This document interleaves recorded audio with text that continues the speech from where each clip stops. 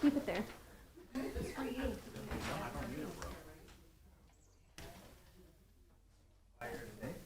Same Zoom, right? Same Zoom, yes.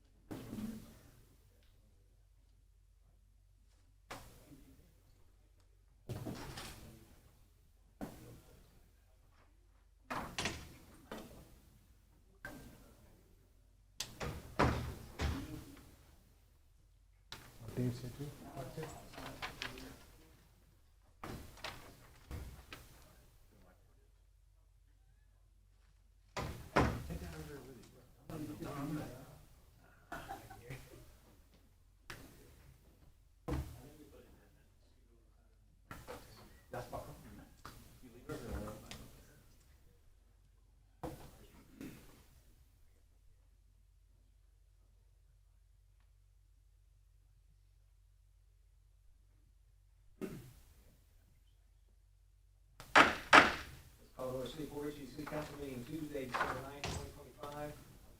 Leader Fields, the invocation for the main stage. So, Father, we just come to you in the precious name of Jesus, and for the stuff that's on the agenda for the land development and the codes and all the stuff with the ordinance and the approvals and the decisions that has to be made tonight. We just thank you that you will give us that wisdom, and we can say pledge allegiance to the flag, and we just want to thank all those that serve you, serve the community, and serve one another. In Jesus' name, amen. To the flag of the United States of America, to the republic for which it stands, one nation, under God, indivisible, with liberty and justice for all.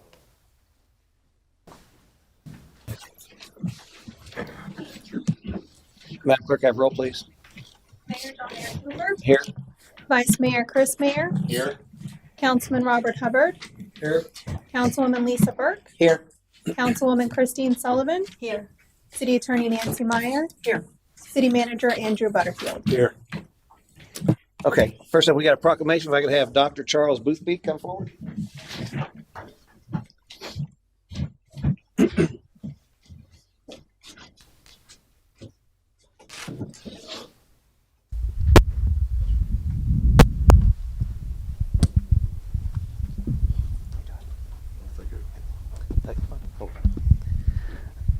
So this proclamation in recognition of Dr. Charles Boothby for his services as the medical director to the City of Port Richey Fire Department. Whereas the City of Port Richey recognizes the exceptional contributions of Dr. Charles Boothby, who dedicated over 30 years of exemplary service as the medical director of the Port Richey Fire Department, beginning his tenure in 1993. And whereas Dr. Boothby has played a pivotal role in enhancing the quality of medical care provided by our department, ensuring that our firefighters and paramedics are equipped with the best knowledge and tools available. And whereas under Dr. Boothby's leadership, the fire department has successfully gone from advanced basic life support, BLS services, with Narcan and EpiPens to full ALS, advanced life support services, significantly improving our emergency response capabilities and ultimately enhancing our service delivery as well as the health and safety of our community. And whereas Dr. Boothby's commitment to excellence, professionalism, and compassion has left an indelible mark on our department and the lives of those we serve. And whereas Dr. Boothby prepares to retire from his esteemed position on January 1st, 2026, we wish to honor him for his remarkable legacy of service and profound impact he has made over the decades. Now, therefore, I, John Eric Hoover, Mayor of the City of Port Richey, on behalf of the City of Port Richey, do hereby proclaim this day in honor of Dr. Charles Boothby, expressing our deepest gratitude for his decades of dedication, leadership, and compassion. We celebrate his achievements and wish him the very best in his future endeavors. Dated this 9th day of December, 2025, John Eric Hoover, Mayor. Congratulations. It's been my pleasure to serve you. 1, 2, 3, hold for one more. Oh, okay. Sorry about that.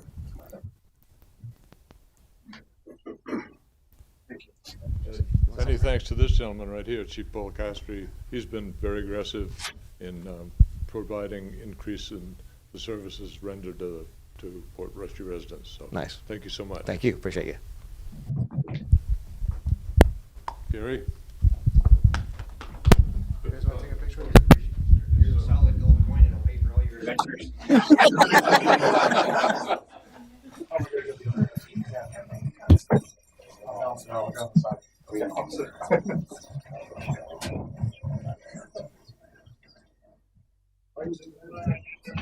Actually, I was going to say, no. All right. All right, everyone hold.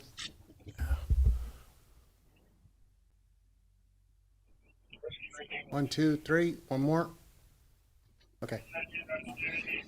Thank you, gentlemen.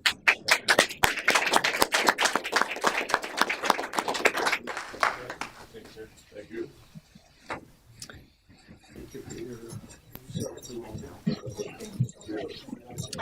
And then we've got employee recognition thing coming up on Thursday, but Sean Carr's not going to be able to be there, so we're going to go ahead and present his to him tonight.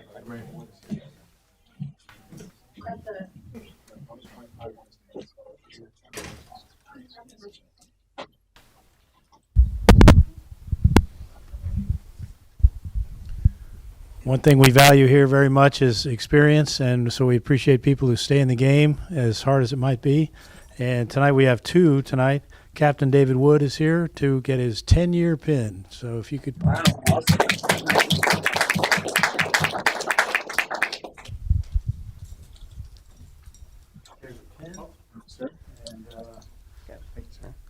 This certificate is presented as a token of our sincere gratitude for your hard work, dedication, and excellent service to the city of Port Richey. David Wood, captain and firefighter, on behalf of myself, the staff, the city council, and members of the community, we extend the highest appreciation for your service on this day of December 11th, December 9th. We're a little early. 2025, and in my arthritic handwriting, signed Andrew Butterfield, interim city manager. So.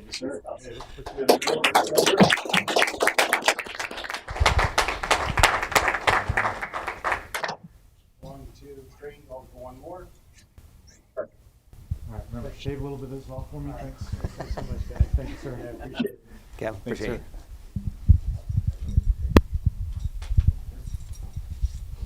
And now an even bigger number.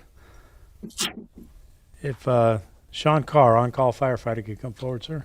Here's a pin. Thank you for all you've done and continue to do. I appreciate it. So I'll read this. City of Port Richey, Certificate of Appreciation for 25 years of service. This certificate is presented as a token of our sincere gratitude for your hard work, dedication, and excellent service to the city of Port Richey. Sean Carr, on-call firefighter, and on behalf of myself, the staff, the city council, and members of the community, we extend the highest appreciation for your service on this day of December 9th, 2025. Signed by myself, and again, thank you so much. If we can get another picture, appreciate all you've done and continue to do. Thank you. Thank you, sir. Appreciate it. Thank you.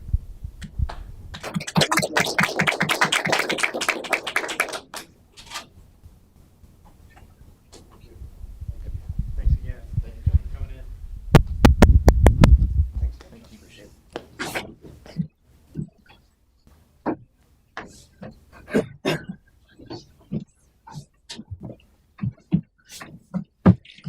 I didn't have enough hands. Oh, you're good. Appreciate it. I'll be your mic stand. Yeah, appreciate it. Okay. We have no minutes to approve tonight, so moving on to comments from the general public. Since we got some new people here, I just want to read this disclaimer. Public participation is encouraged. If you are addressing the council, step to the podium and state your name and address for the record. Please limit your general comments to 3 minutes. For comments on action items, please limit comments to 3 minutes on the current topic. Please limit your conversations while sitting in the audience during council business and silence your cell phones so as not to interfere with everyone's ability to hear the comments of both the public and the council. And with that, I have just one signed up. Danny Fields, welcome.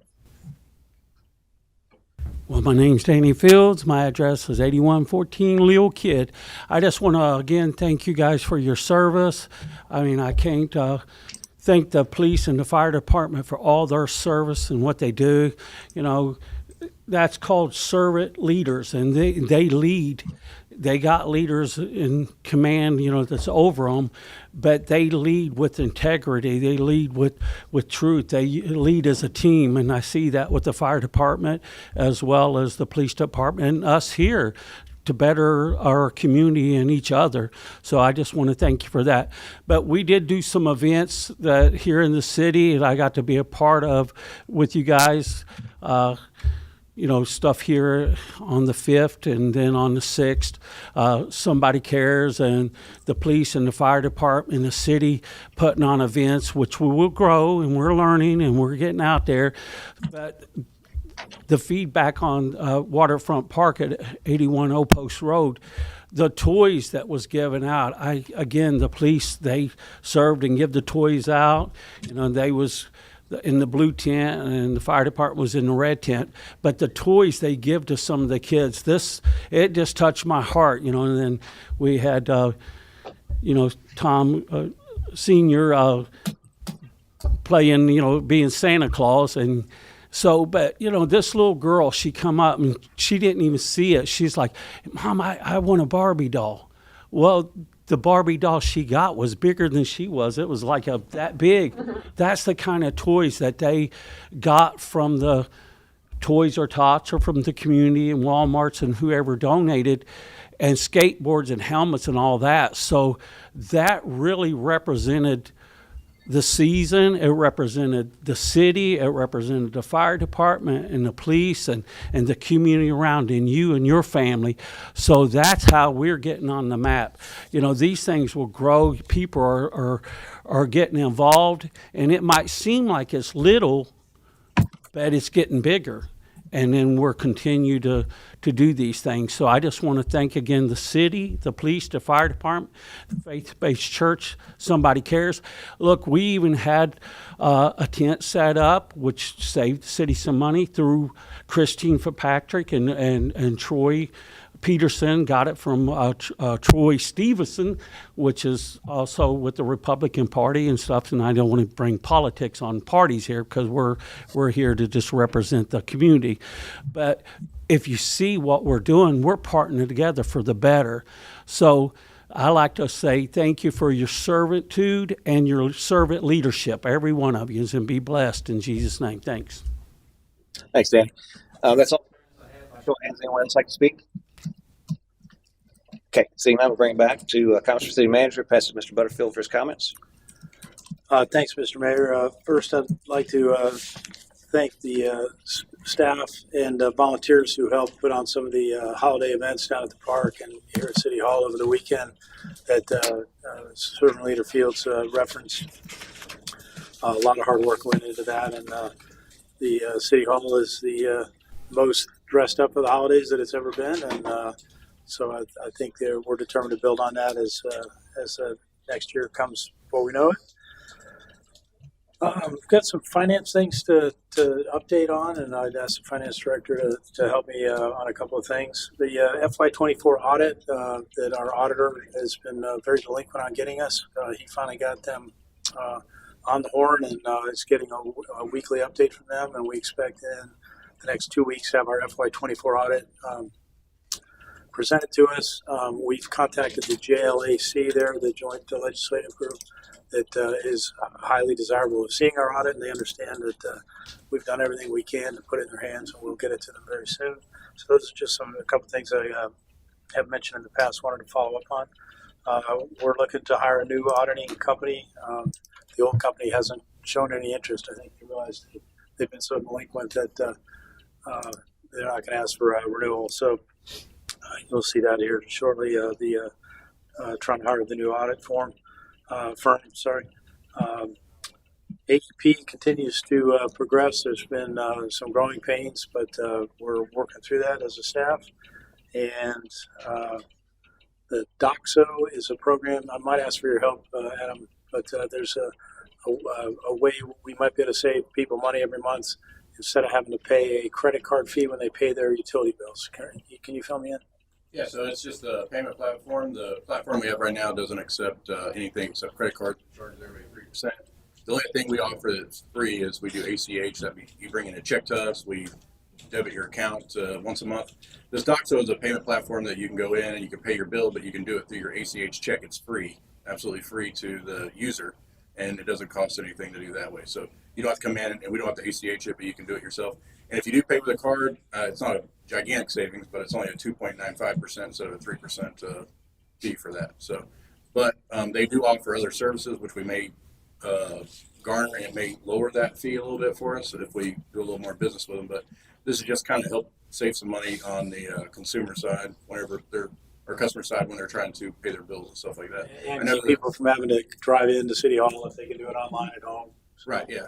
So, and I know the mayor has been trying to push to get rid of those charges, and this is one way to get it to where it's a little more cost efficient for the customer. We're taking steps, looking for things like this to take the burden off people. So, anything else on finance?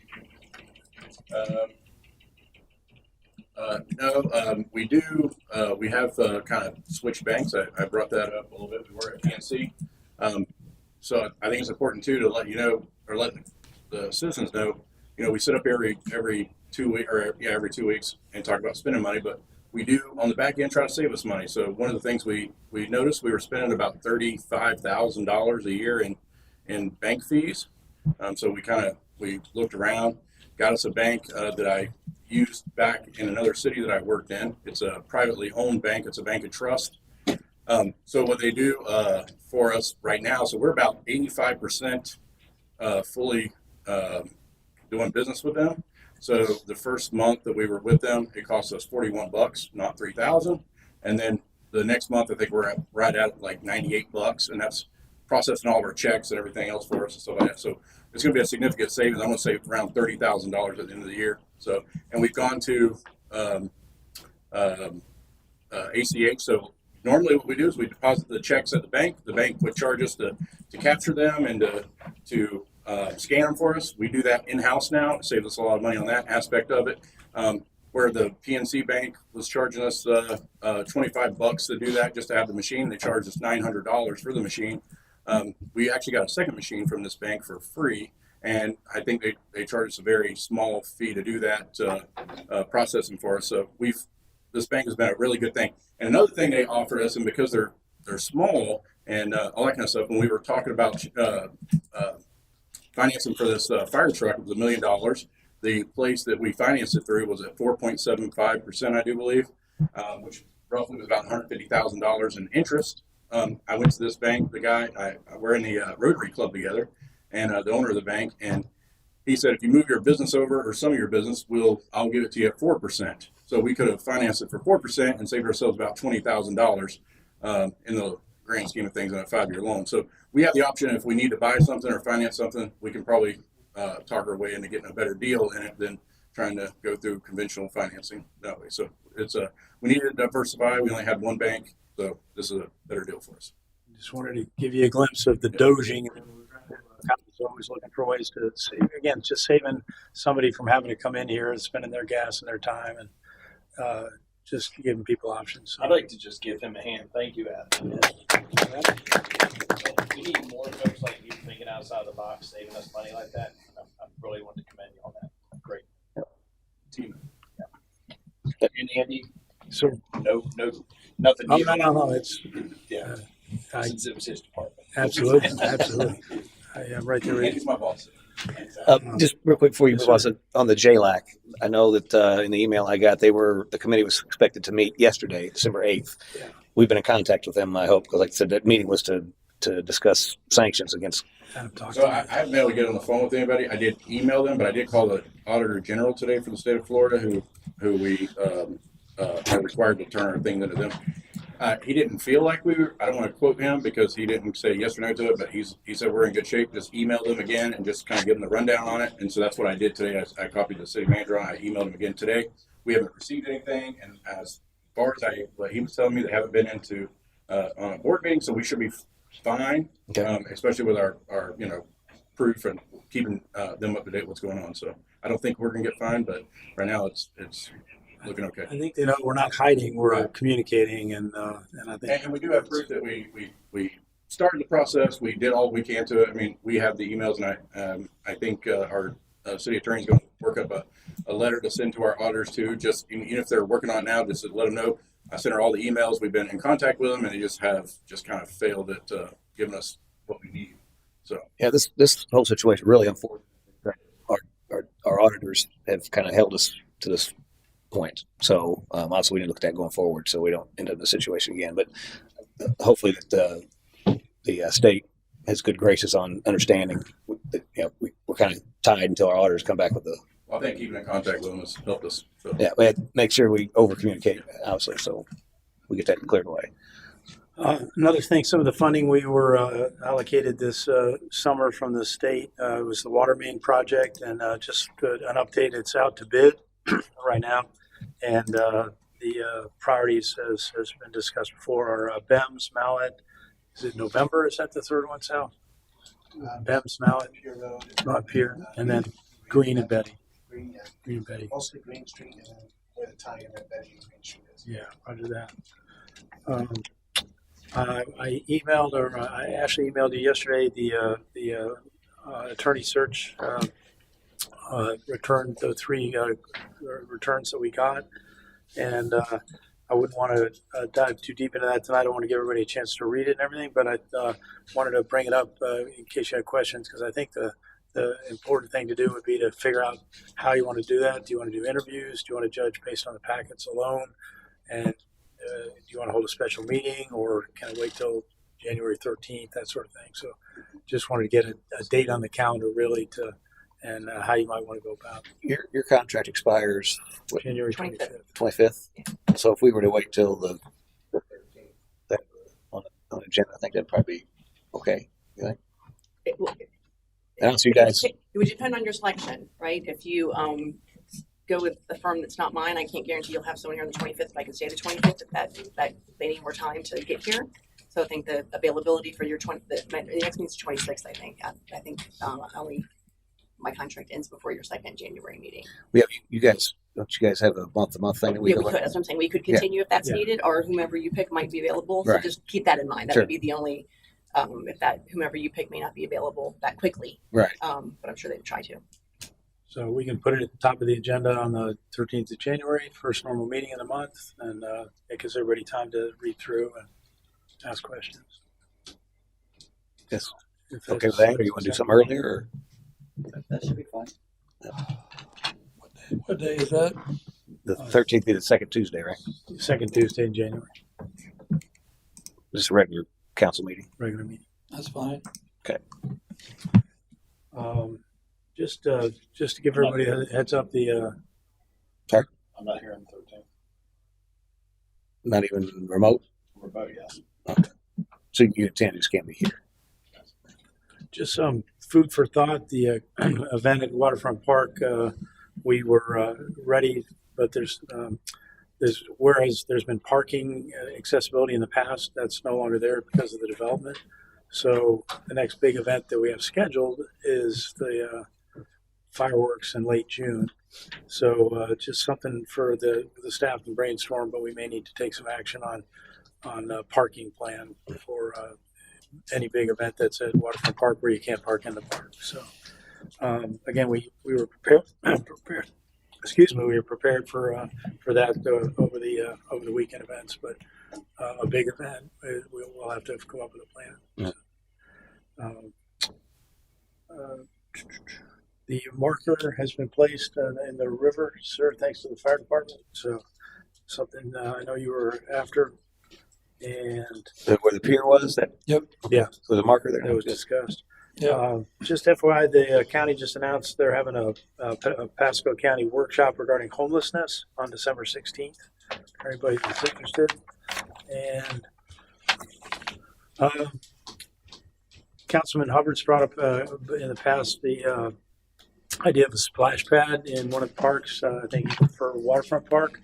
And there's a citizen volunteer with expertise in pursuing things like that, who's volunteered to give his time, and he has no financial interest in a splash pad company or anything like that. So I just wanted to see if I could get a consensus that I could ask this citizen volunteer civilian to help us price and find good quotes and things like that. So Is that something that I can pursue? His name's Ed Calm. He ran the Pasco Tourism for 10 years before Adam did, and he's worked in other municipalities that have splash pads, so he's got a lot of experience with that.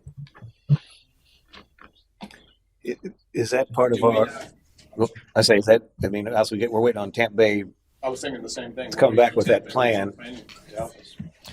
Well, yeah, but this will give us the footprint. As far as the location and everything, they can help us with that. We need to do our due diligence on like the budget and kind of what we want. And then the position and how that works into what we have is what the regional Right, plans would do. That's what she told me when I talked to her on the phone. Yeah. Probably the estimates he would provide or get or whatever would be. I mean, they'd need to know where it was going. I would assume. And when we get that stuff, we decide on something, we give that to them. She says, just figure out what you want, let them know, and then they could work it in to where we want it and make it fit. So it would be part of the whole project plan. Right. Okay. I just want to make sure we're not cart and horsing kind of thing here. No, it's like the docks next to the splash pad and then the Brasher Park kind of is what they wanted to tie in next year, try to get started next year. Well, I mean, obviously there's no charge, so by all means, get information is always good. Well, It's he free. wanted to make sure it was, he had the blessing. Yeah. Any objections to that? No. Okay. And then the last thing I had prepared to talk about was setting dates for workshops. Unfortunately, I was out sick and missed the town hall meeting, but I understand there was discussion about something you had come to me about, sir, about holding a workshop. A workshop? Regarding I mentioned- waterfront development. I mentioned this at the last meeting. I talked about, and there's a lot of moving parts of this because there's a lot of people involved. Friday, the 23rd of January at 3 p.m.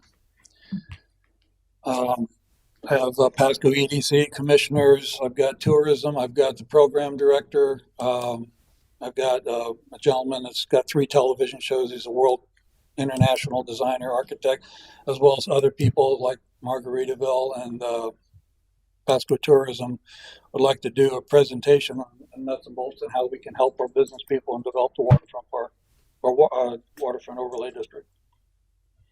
Where would this be, Bob? Here, Here? Mm-hmm. So it'd be an announced meeting, so, you know, a place where we can talk and all that stuff without having any issues. well, I'm gonna like do formal introductions, and they're all working on how they want to present this to you guys because it's important for you guys to get all the nuts and bolts on how this works. It's basically common sense, and it's pretty simple for us. We just need to know how it works. So you proposed a workshop, so it wouldn't Workshop. be decisional, but it'd be There's information. flow of information. We all need to be on the same page. Yeah, we'd have our planner there. She could bring the waterfront district plan. So this has nothing to do with the folks that are doing the conceptual stuff for us right now with, The wayfinding. no, the lady we met with in here, the 2 girls we met with in here that are doing all that stuff for That the was parks. parks. That's just for parks master Okay. plan. So yeah, separate I initiative. mean, I'm all for it. Information. If you have, we can bring somebody in, let's talk to them, find out what they have to A offer. lot of people will be coming in, yeah, Yeah, so you- far. And more people are actually calling me I'm and here on wanting to that come day, in. so that's great. And Chopper Davis and EDC from Newport Richey will be here as well. And they're all really excited about it. So Friday the 23rd, that afternoon workshop. Mhm. If You guys have a time nailed down yet? 3. 3 o'clock. 3 o'clock. Okay. Are we calling it a town hall or just a workshop? Workshop. workshop. So we'll pencil that in on the calendar and advertise that. Ashley will post that for the public to see. And then we'll try to get Do it we, so any objections to having a workshop on 23rd? By consensus, we'll do that. we'll get that on social media too then if that's, thank you guys, appreciate it. That's all I had, sir. Okay. Next up is comments from boards committees. I'll start obviously with the event committee. Just finished up with the holidays on the bayou. We had lit up City Hall here on Friday night, and I read to the kids. And then we had the Grinch movie, and then on Saturday, Sunday we had a market in the park, and then obviously the concert from 4 to 7. The weather was not very cooperative, and so we did have to deal with that, and got cut short kind of at the end. But it's a good event. Look forward to building on that going forward. Our next event, which what we're going to talk about, we just set a meeting for the 18th. Is that right, Ashley? Yes. Thursday. to kind of close that out and then begin discussions about the next event, which our next city event would be the Seafood Festival / fishing tournament sometime in the spring. So we got to figure out what date that'll be. So we'll try to hash out those details on the 18th and start preparing for that. So that's all I had from that. Before I jump to that, we do have several folks that want to be put on committees, and I'll come to that if there's any other updates from board committees. I don't think CAC met, right? So No, they met, but there was no audio on the YouTube video, and I was not available for that meeting, okay. and I did not get an update to bring to I council. attended and had some notes I Okay. could cover if you'd like. Yeah, go ahead, Yeah. please. The CAC met last week and talked about resurrecting an initiative called Meet Your Neighbors. And the suggestion was getting a boat ride and either meeting at a local restaurant before or after, or both, the boat ride. They talked about maybe like a sunset kind of tour and just having a chance to meet their neighbors. And everybody would buy their own tickets. Let's see, some new local businessmen showed up, Rogelio and Patrick. They live on Eptide, and they've got a marina that they're operating now. So they spoke for a little bit. And the discussion on the about 100-foot wall at Olsner Park, they're still looking for painters, artists, and they got some good advice that they need to clear seal it as soon as it's painted, so it will last. They may, the council approved $2,000 for supplies, which could partly go toward paying professional artists. If they need more money, they may come to the council and ask. But they also mentioned somebody had a potential donor to donate funds to beautify the park. And then the Teachers Needs Fulfillment Drive is ongoing, and we've had at least one teacher apply for some of those. Just one. Yeah. So, and then they expressed an interest in they're going to try to find out when the traditional Pasco cleanup day is, and then we would have a city matching date and try to help clean up the waterfront or roadsides, whatever, and kind of join in and deconflict with what the county's doing. We think it's in March, but they're trying to know that date. That's all I had this man. Okay. Any other boards, committees? Okay. So we've got several here that wants to be part of the boards committee. So I'll start with the CAC. We've got Janet, is it Sluart Parisi? She gets a hyphenated name. Yeah. Janet Parisi lives over in Marina Palms. She'd like to be considered as a member. Looks like she was a member a few years ago, and she needed to resign, but now she's got some time back. She'd like to get back involved. So is there a motion? I make a motion to add Janet Parisi back onto. Okay. Is there a second? Second. Okay, motion second. Any further discussion? Any public comment? Seeing none, put the vote all in favor, signify by saying aye. Aye. Opposed? The motion carries. Next up, we'll move to the event committee. I have asked some folks that have kind of been involved and helped. The first one is Christina Fitzpatrick. She actually used to be a county commissioner for District 4, Pasco. And she, if you drove by 19 on Sunday, she's the one that donated the LED truck out there to help advertise. She's very resourceful, and I asked her if she'd be interested in joining the committee. She would. So if I get a motion for her, we'd like to add her. Motion to approve her for, how many seats are available on the event committee? 3, and we got 3 folks here to We have 4, don't we? 3. Great.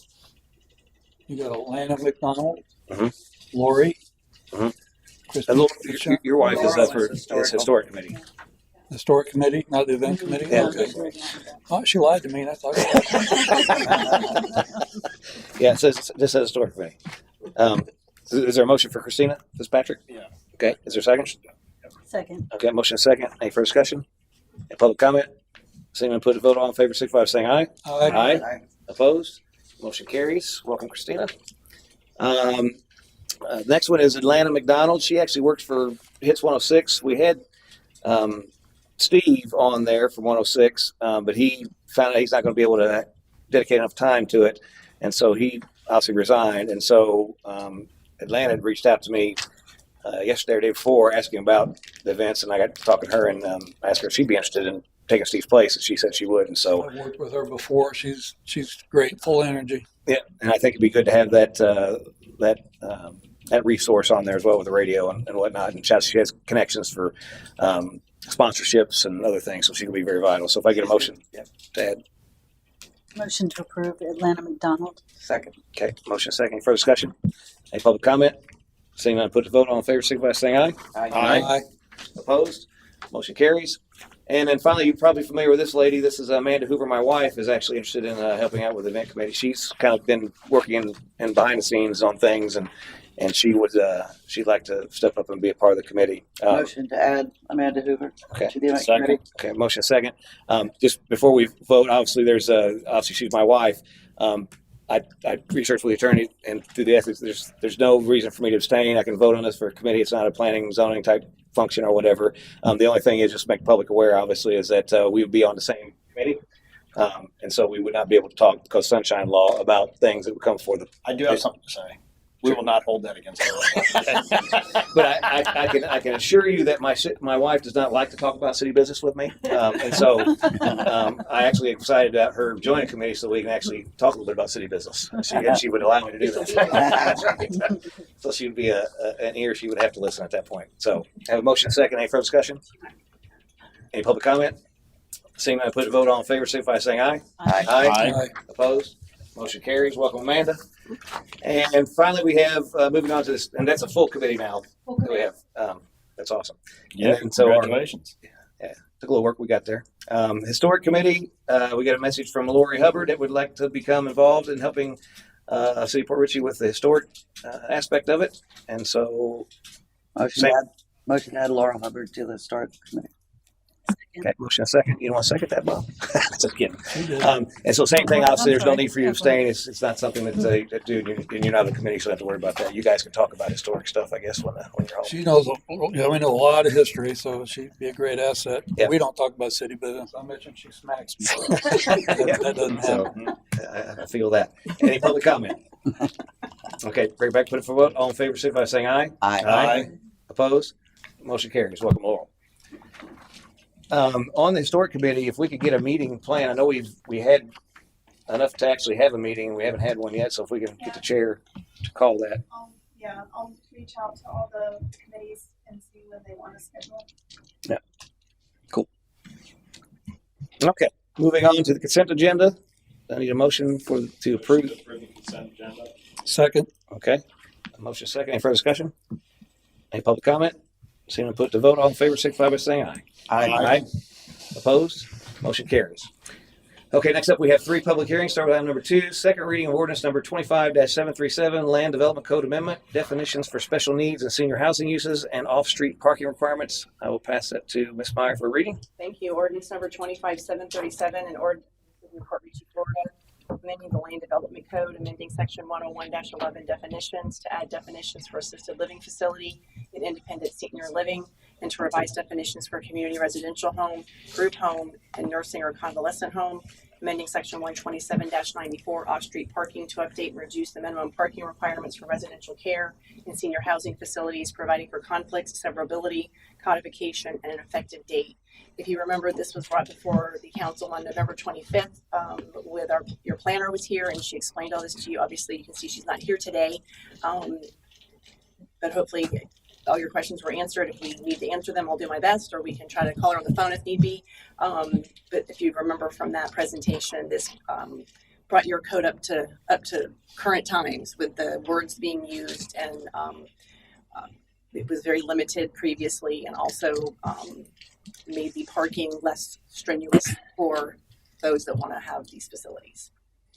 Okay, so I'm going to open the public hearing for this ordinance number 25-737. I do not have any sign-ups, but anyone in the public like to speak? Seeing none, I'll close the public hearing and open up to council for a motion to approve. Motion to approve ordinance 25-737. Do I need to expand on that? Second. Okay, motion second. Any further discussion? All in favor, signify by saying aye. Aye. Opposed? Motion carries. Next up is item number 3, second reading of ordinance number 25-738, certified recovery residences. I'll pass that to Ms. Meyer to read. Thank you. Ordinance number 25-738, an ordinance of the city of Port Richey, Florida, creating Article 8, certified recovery residences of Chapter 103, administration and enforcement of the Land Development Code of the City of Port Richey Code of Ordinances concerning the review and approval of certified recovery residences, making related findings, providing for codification, providing for severability, and providing for an effective date. Okay, now I open the public hearing. I have no sign-ups. Anybody like to speak? Seeing none, I'll close the public hearing and bring it back to council for a motion to approve. Motion to approve 25-738. Second. Motion second. Any further discussion? All in favor signify by saying aye. Aye. Opposed? Motion carries. And final public hearing number 4, second reading of ordinance number 25-739, amends section 105-167 of the Land Development Code. I'll pass that to Ms. Meyer to read. Thank you. Ordinance number 25-739, an ordinance of the city of Port Richey, Florida, amending section 105-167, Article 2, Chapter 105 of the Land Development Code of the City of Port Richey Code of Ordinances regarding plat and replat approvals, making related findings, providing for severability, providing for codification, and providing for an effective date. Okay, with that, I'll open the public hearing. I don't have any sign-ups again. Is there anybody like to speak? See, now I'll close the public hearing and bring it back to council for a motion to approve. Motion to approve ordinance 25-739. Second. Okay, motion second. Any further discussion? All in favor signify by saying aye. Aye. Opposed? Motion carries. And that concludes our public hearings. Next up is item number 5, council business, approval of resolution number 25-40, amending the quorum requirement for the Port Richey Events Committee. I'll pass that to Mr. Butterfield for introduction. The events committee. Yes. So it's a administrative change trying to make it easier for a quorum. We haven't had a full slate until tonight since the origin of the committee. So it may not be as critical as it's been, but when people are busy and we can only have somebody there, it's better to give us flexibility. So I recommend it. Yeah, we actually did this for the CAC, basically with a larger committee. Instead of setting that quorum at 5, which is what it was, we adopted that CAC and want to adopt this as well, so that if we do have a lower number of membership and we have vacant seats, that our quorum is based on the actual members that are on the committee at the time. So that is their motion and or discussion. Motion to approve resolution 25-40. Second. Okay, motion second. Any further discussion? Any public comment? Seeing none, I put to a vote. All in favor signify by saying aye. Aye. Opposed? Motion carries. Next up is item number 6, approval of resolution number 25-41 to extend the time for board and committee members to complete their mandatory ethics training. I'll pass it to Mr. Butterfield for introduction. Yes, sir. Thanks. We recorded the training, and so anybody that wasn't able to make it can now come in and watch the training and get all the germane information. They just miss out on the lunch. So we're offering a 60 to 90 day time frame now instead of the original 60. We're recommending 90. Okay. Open up motion and discussion. Motion to approve resolution 2541. I second with a comment. Sure. Just that we're bringing up the committees. I know Christine had brought up a point of bringing committees and joining, making one committee, making 2 committees into one, so we could, being it's a small town, we have all these committees, and joining them together sometimes might help staff them better. Is that going to be coming up on the agenda anytime soon? Have we thought about that? I think that idea was just squashed. Was it squashed? Well, we have just had so many people join too, so I mean that's changing. I mean, we should always look to see if there's committees that make sense to kind of roll together. I know that, for example, in the past, they took the annexation board and added it to the planning and zoning, kind of merged that. If council thinks there's a couple committees that we need to look at, I'd be happy Look at to. it again. I thought it was a good idea, but we're staffed right now with them, but that's all. Okay, so we got motion second. Any further discussion? Any public comment? Seeing I put to vote, all in favor signify by saying aye. Aye. Aye. Opposed? The motion carries. Next up, item number 7, approval of resolution number 25-42, electing not to exempt property under the Live Local Act property tax exemption. Also, we heard about this last week, and I think it's probably drafted, so I'll pass that to Ms. Meyer for introduction and Sure. We talked about this last time we were here. This was adopted last year by the council that was in place at that time. And it has to be adopted per Florida statute by January the coming year for you to elect to not exempt the properties that would qualify. If you do not elect to not exempt, then if you do have a development that meets the criteria, which is very specific about certain numbers of homes and the value of the apartments and the value of those apartments, then those properties would be exempt from property tax. So my consensus from you all last time was you wanted to elect to opt out, and a passage of this resolution allows you to do that for the next year. yeah. And so a little more color as we live local. I think I explained this last time, but just to reiterate, so there's a middle tier. There's a lower tier as well. Lower tier is not something you can opt out of, but the middle tier, based on metrics for the county, I believe it's countywide, is if we have enough of that middle tier affordable housing, they will allow you to opt out of that tax exemption. And that's what this is all about. So if we had a developer came in that they qualified for that middle tier process, if we did not have this in place, they could seek a tax exemption. I think it's up for 35 years or something. It's a long time. So. Talk about eliminating property tax on homestead now, so how would that fall under? Well, that? this would be would irrelevant. this would be like an apartment complex, Rentals, yeah. Okay. yeah, which wouldn't qualify under that. So, Approval of resolution, would you like a motion? yeah, need a motion. Approval of resolution 25-42, electing not to exempt property under the Live Local property tax exemption. Okay, is there a second? Second. Got a motion second. Any further discussion? Any public comment? Seeing none, put to the vote. All in favor, signify by saying aye. Aye. Aye. Opposed? Motion carries. And just so you guys know, this will come back next year as well. Every year we qualify with the As long as state. you qualify, As yeah. long as Pasco qualifies, if they have enough already, then you can do this. Of course, unless it changes. I know there's always live local stuff going on in the legislature every year. So next up is item number 8, discussion on cancellation of the December 23rd, 2025 City Council meeting. I'll open that up, pass it to Mr. Butterfield for introduction. Let you. Yes, sir. Just what it says. We've gotten all the business on this agenda, and if we can cancel, we won't miss out on any important business.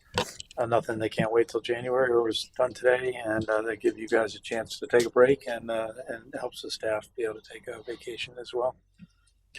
Yeah, I think staff would be happy to be done with us, so except for me, I got candy. and if you guys want to meet, I'm more than happy to read the night before Christmas. Motion to cancel the meeting. Yeah. Is there a second? Second favor. I got a second with Bob. Okay. So any further discussion? Any public comment? Seeing none, put the vote. All in favor, signify by saying aye. Aye. Opposed? Motion carries. Next up is item number 9, accept bid from Grau and Associates for auditing services. I'll pass it to Mr. Butterfield for introduction. Thanks, Mr. Mayor. I touched on this earlier. We are going to let go the end of the contract with the New York firm that we have been using. We put this out for bid. We only got one reply, but the good news is it's financially in line with what we expected. Year one, $34,000, and it goes up $1,000 each year over a 5-year period. So this would be a Florida-based firm, which would be a little easier to reach out and grab if they go silent, like our current auditor. So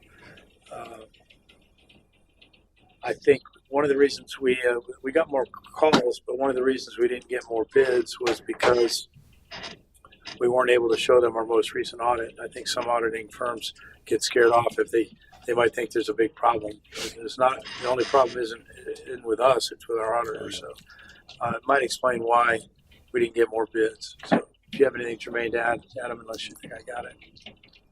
No, it's a good price. What's our fair price? We pay right now. Our last one was $31,500, but we had to pay an extra $5,000 for a single audit, which we'll have to also do a single audit next year. So it's right in line of where we're at. Motion to approve. Okay, motion second. Any further discussion? Any public comment? Seeing none, I'll put to a vote. All in favor, signify by saying aye. Aye. Opposed? Motion carries. Next up is item number 10, discussion and consideration of the interlocal agreement with Pasco County and the City of Port Richey for solid waste disposal and resource recovery. I'll pass that to Mr. Butterfield for introduction. All right. Thanks, Mayor. If you saw in the packet, there was a interlocal agreement with the county from 1987. It worked well. All the bonds are paid off, and now the county, and they were kind enough to come down and talk to us this week and tell us all what's going on. But they're taking out more bonds. They're doing a $250 million expansion project reflecting the growth of the county and the attendant growth in solid waste. This would, it's just with a couple of modern updates. It essentially is the same interlocal agreement that was agreed to in the 80s. The county is the lead agency. They own the dumps, or more appropriate terminology nowadays is the waste energy plant that they run, and they're expanding. So this would just keep us operations normal in how solid waste is handled from the city to the county sites. Okay. Open up questions. Yeah, I've got questions. So, Andy, this does not mean they're taking over our residential trash service. No, not at This all. is only for the dump out there on whatever Hayes Road or wherever that is. Right. The all the haulers are covered by this city county agreement. So, explain. When you say haulers, I'm trying to understand. Trash haulers. I mean, like I said, we're not directing. Some cities have a franchise hauler Agreement. where only Waste Pro or only Waste Gotcha, Management okay. is allowed to. You're only allowed to contract with them, which is another issue that might come up someday, but not today.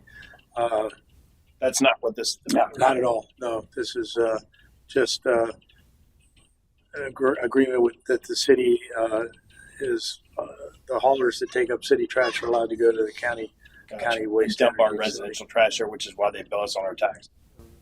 It's just a continued agreement of what we've already got in place. Yep, and like I said, the previous ILA, which was very similar to this, Nancy can speak to it, but it lasted well for 38 years. I think Nancy, they tweaked a couple of things, but essentially it's the same relationship between the two, the municipality and the Does it cost our county government. taxpayers any more than what it's costing right now? Same thing. No. Well, No, the county could change for the agreement. They could change what they're charging, but this agreement doesn't make that happen. Gotcha. This really just extends what you've already had, and honestly, the county needs it to get the rest of the money to finish what they're doing. I understand.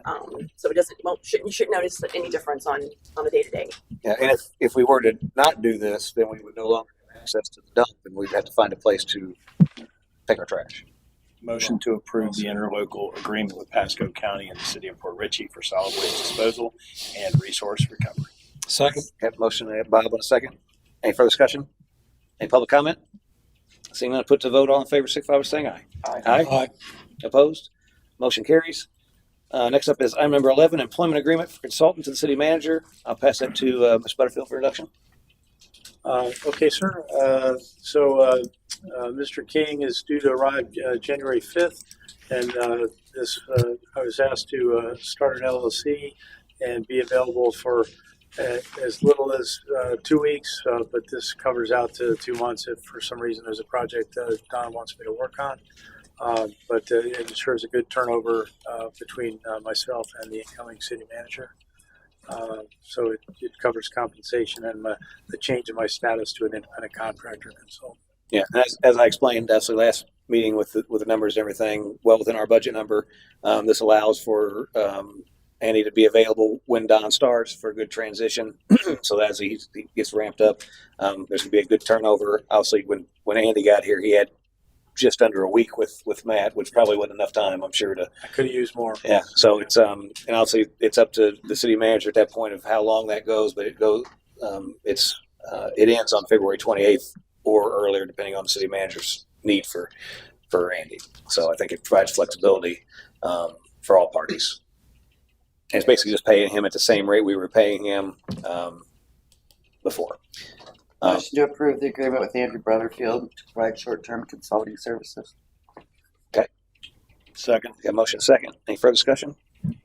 I am a little disappointed you didn't use the ABC Consulting Services. You looked it up and it was taken, I think. Well, now the LLC I had to go to my middle name. And So because it's Andrew Butterfield, I said it should be ABC for Andrew Butterfield City Management Services, but he didn't like it. ABC, Andrew Butterfield Consulting, ABC.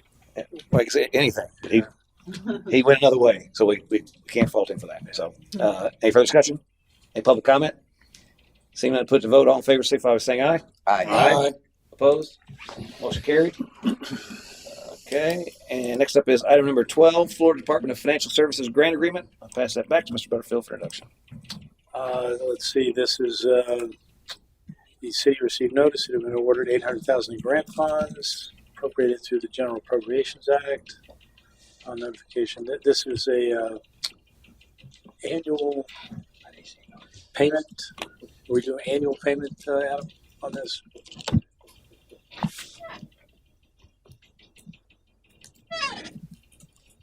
I think this is just, I'm sorry, I got caught off guard on this one. Sorry, yes. What is your question? Yes, we pay $216,000 a year until we get the appropriation. I'm sorry. This is just a regular annual payment.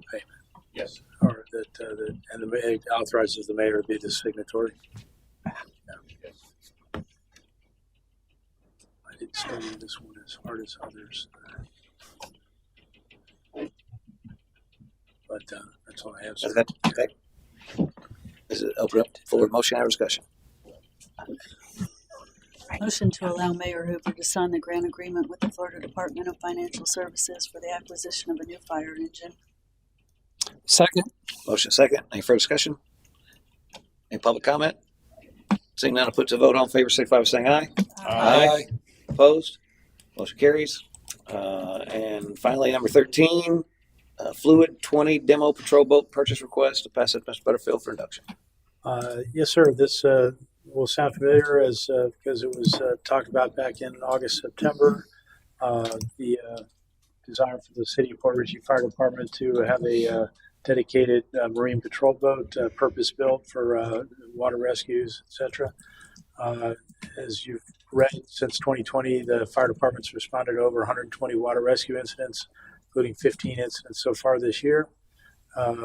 There's been discussion by council on the need as a waterfront community for water rescue, and this is a boat, kind of a one of a kind, because I think was it a demo model, Chief? Yes, sir.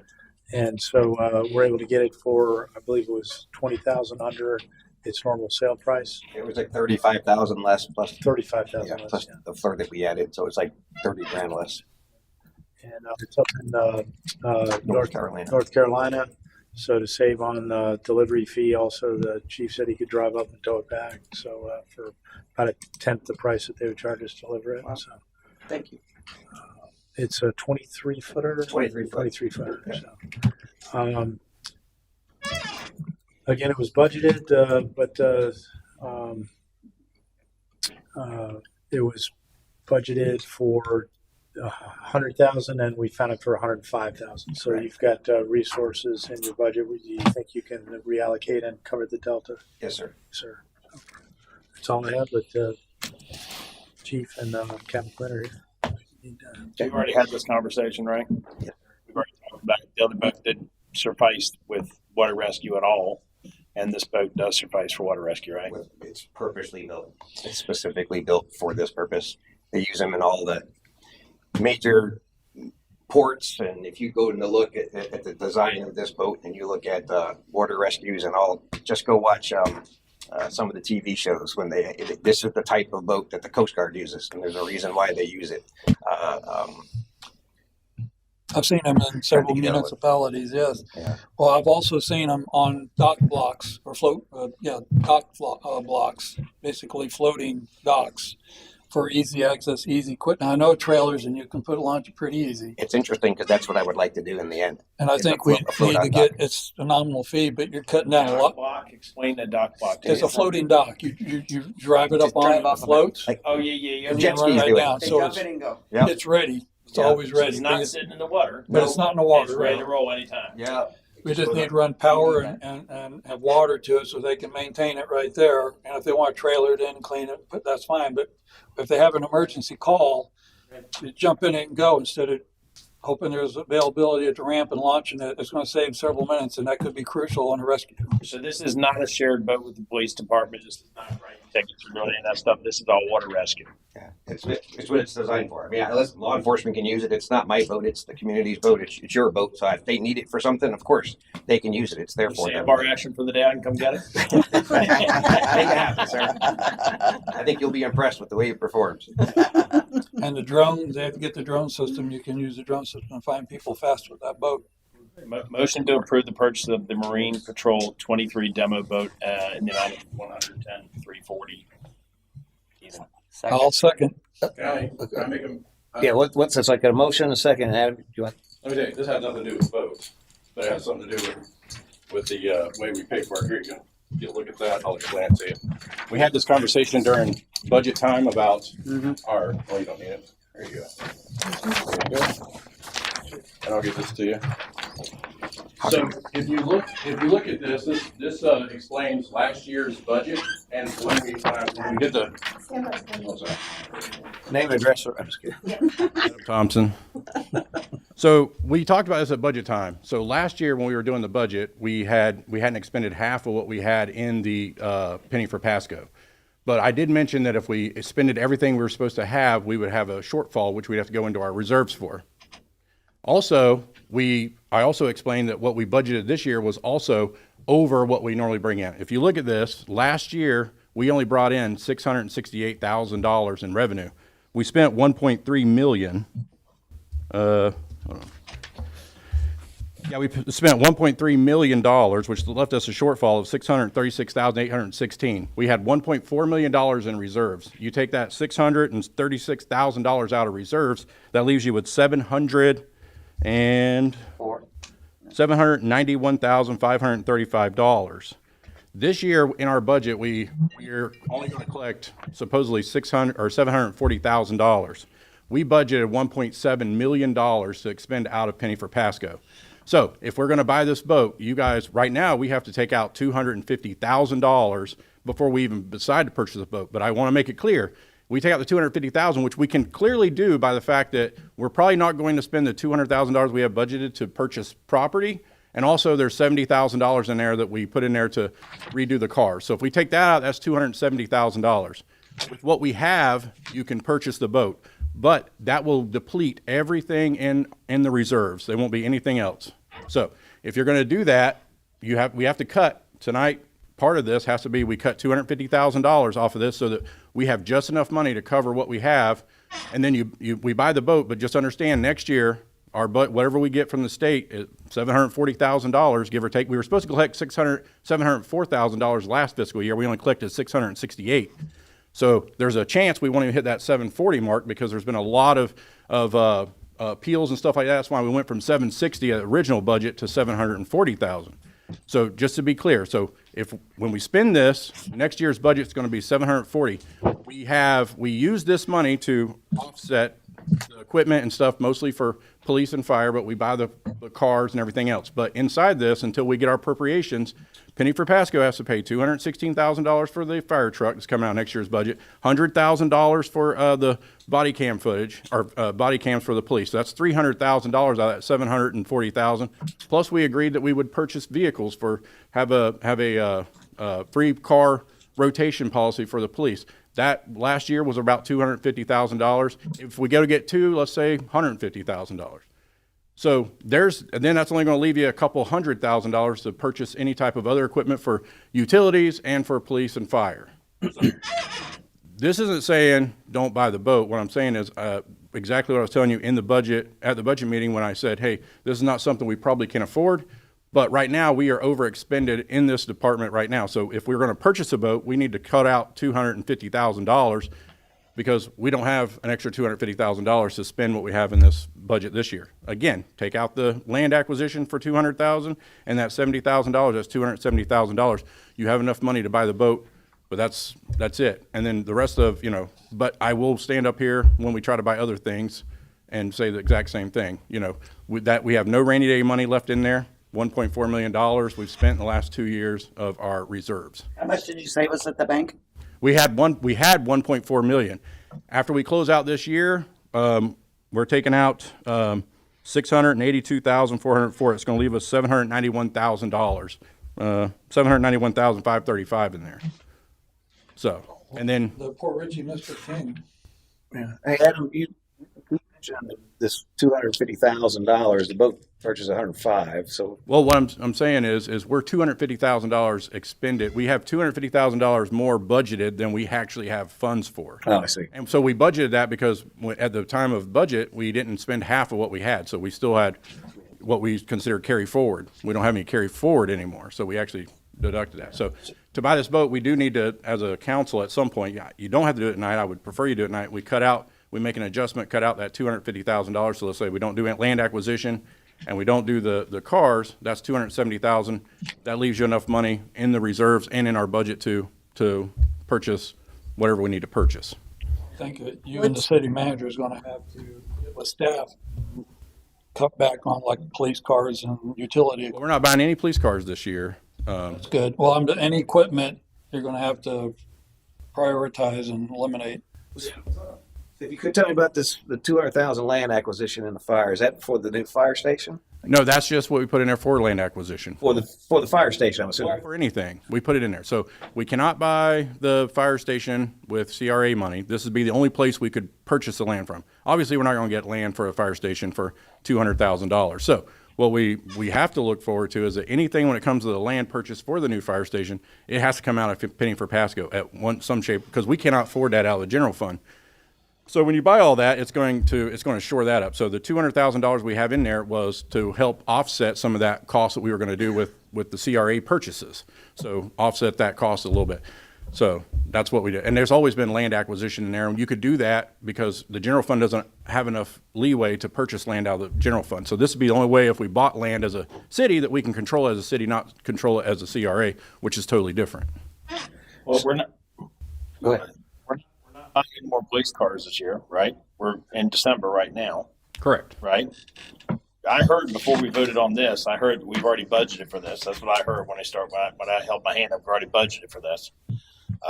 So you're telling us that for us to be able to pull this off and make it work, we're not going to be able to spend $200,000 on real estate this year. Correct. I'm okay with that. Because this is safe. Sal, That's safety over land. I'm just coming into on this. Is that 200,000 talking about the land that we plan on getting for the water plant, or is that a separate issue? No, we were planning on using CRA funds for the water plant. Okay, so we can use CRA for the water plant. This 200,000 was just something separate for another Line item acquisition. for us jumping out there playing real estate buying properties. Yeah. We can reappropriate to, and just not buy land with those funds this fiscal year. I just want to And- clarify and for the that- water plant's sake, because we're in the middle of that design, and the properties that are adjacent there, we have to The water move plant on. is The water plant you could buy with CRA funds. the CRA. This is if we want to go forward with anything else, but and that's the thing. So $1.4 million, it's our slush fund. We're not going to have that going forward anymore. What I'm saying about the land acquisition is, off the top of my head, when you look at the budget, those are things that probably won't happen. The reason why we didn't spend the whole $1.5 million last year is because we saved it on land acquisition, and we had some money that was appropriated here for the acoustics and stuff like that we didn't use. So it was, roughly $250,000 that we saved last year, and that's why we only went 1.3 instead of the 1.5. So that's where we saved those things. So we've been up there. We saw last year with the flooding, and those guys out there running around trying to save people. It could have been a lot worse than it was, and we didn't have the equipment to do that. So, I would be all for saying, okay, we're going to hold back on spending money for speculative real estate and spend money on the right boat for these guys to be able to save lives. I want to be clear. We're not saying we're going to take that out so we can buy the boat. That's not what we're saying at all. We're just not going to spend it so we have enough money to buy Do it. that to balance the budget. I understand. Yeah. Take that out. So you guys make them. With that $200,000 land acquisition, is it 200 or 250? I'd say it's 200. No, it's 200, and then we have the 70,000 for the cars that we were going to trade in out here that we never took out of the budget either. So there's $270,000. We can cut those out of the budget, and that'll balance it with what we have as far as what's in the bank. And that will cover this boat purchase. Cover. Give you a comfort level. We'll still have reserves in case of else. No, there's not going to be any reserves. If we spend the only two things I see in this budget that we will not spend is the land acquisition and the vehicles. The rest of it is equipment, it's vehicles for outside, it's those things. Now, we can go through that budget at some point and say, okay, let's take that out. But if we take out the land and the cars, that's just going to budget or balance it.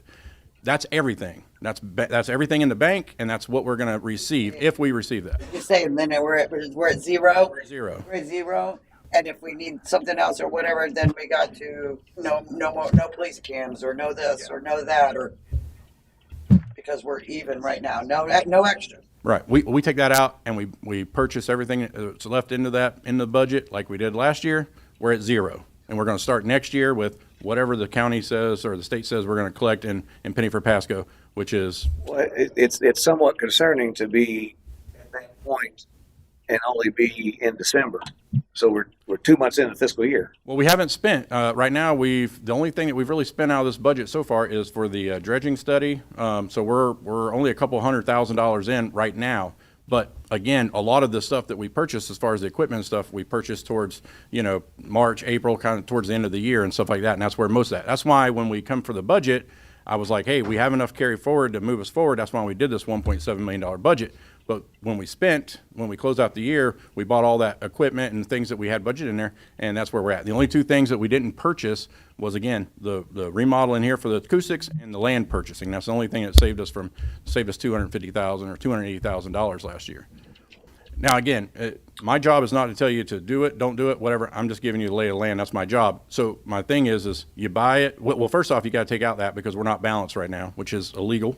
So you got to budget that. We don't have to do that tonight, but it would be clear if you'd say, hey, make a motion to cut out this, and we do that, and then you can buy the boat. But I just wanted to kind of let you know where we're at. There's that $1.4 million we were talking about before is half of that's gone now, and then in this budget year, the rest of it's going to be gone. So he's telling us to balance the budget. We need to $250,000 for that. We need to take out the property acquisition, and we need to take out the cars. $75,000. The cars for the city hall, it was $70,000, and then the land acquisition of $200,000. Goes out and then brings us to here. Yeah, we're balanced at that point based off of what we expect to get. Early in December. He's not saying there's no money in there right now, but he's saying by the time we get through the year, we have spent all that money. So Well, After this purchase, you would have spent it. it won't be zero now, but because like in March they'll order stuff for the fire department, and in May they'll order stuff so the money's still sitting in there, but it's all accounted for. yeah, so everything is budgeted right now. If we spent everything in there, We budget, we're okay. well, if we spend everything we're budgeted, we're going to owe $250,000. So we have to reduce that $250,000. That fixes that. Right. Which means Come January, we'll have one quarter behind us, and we owe you a financial update. Are we on glide path? Are we doing in each area? So we can bring that to you. so basically what he's saying is if we want to continue with this, we need to take out those two things. Those two things. Acquisition thing and the vehicles. If we take that out, then we can go ahead. Then we can move forward and do the boat purchase. All right, but is there no contingency left? That's what I'm saying. The contingency is being ate up by our budget this year. That's what I'm saying. We ate up $600,000 in contingency last year. And then this year with the 1.7 million, we're only expected to bring in 740,000. So that difference of that is what's eating into the contingency. We take out 250,000, that's balancing us because that will let us use what we expect to get from the county for penny for Pasco plus what's in the bank. What did you budget for contingency for this fiscal year? The carry forward that was there in January or March when we did it. So we didn't spend half our budget in March, just like we're not going to have half of it spent in March this year. So when I did that, I said, okay, this is what we're going to carry forward. But we had already over budgeted what we were planning on getting. And again, we were planning on getting $704,000. We only collected $668,000. So there's a $30,000 deficit right there. And then everything else got ate up into that. So that's kind of where we're at. And that's kind of the lay of the land I wanted to give you tonight.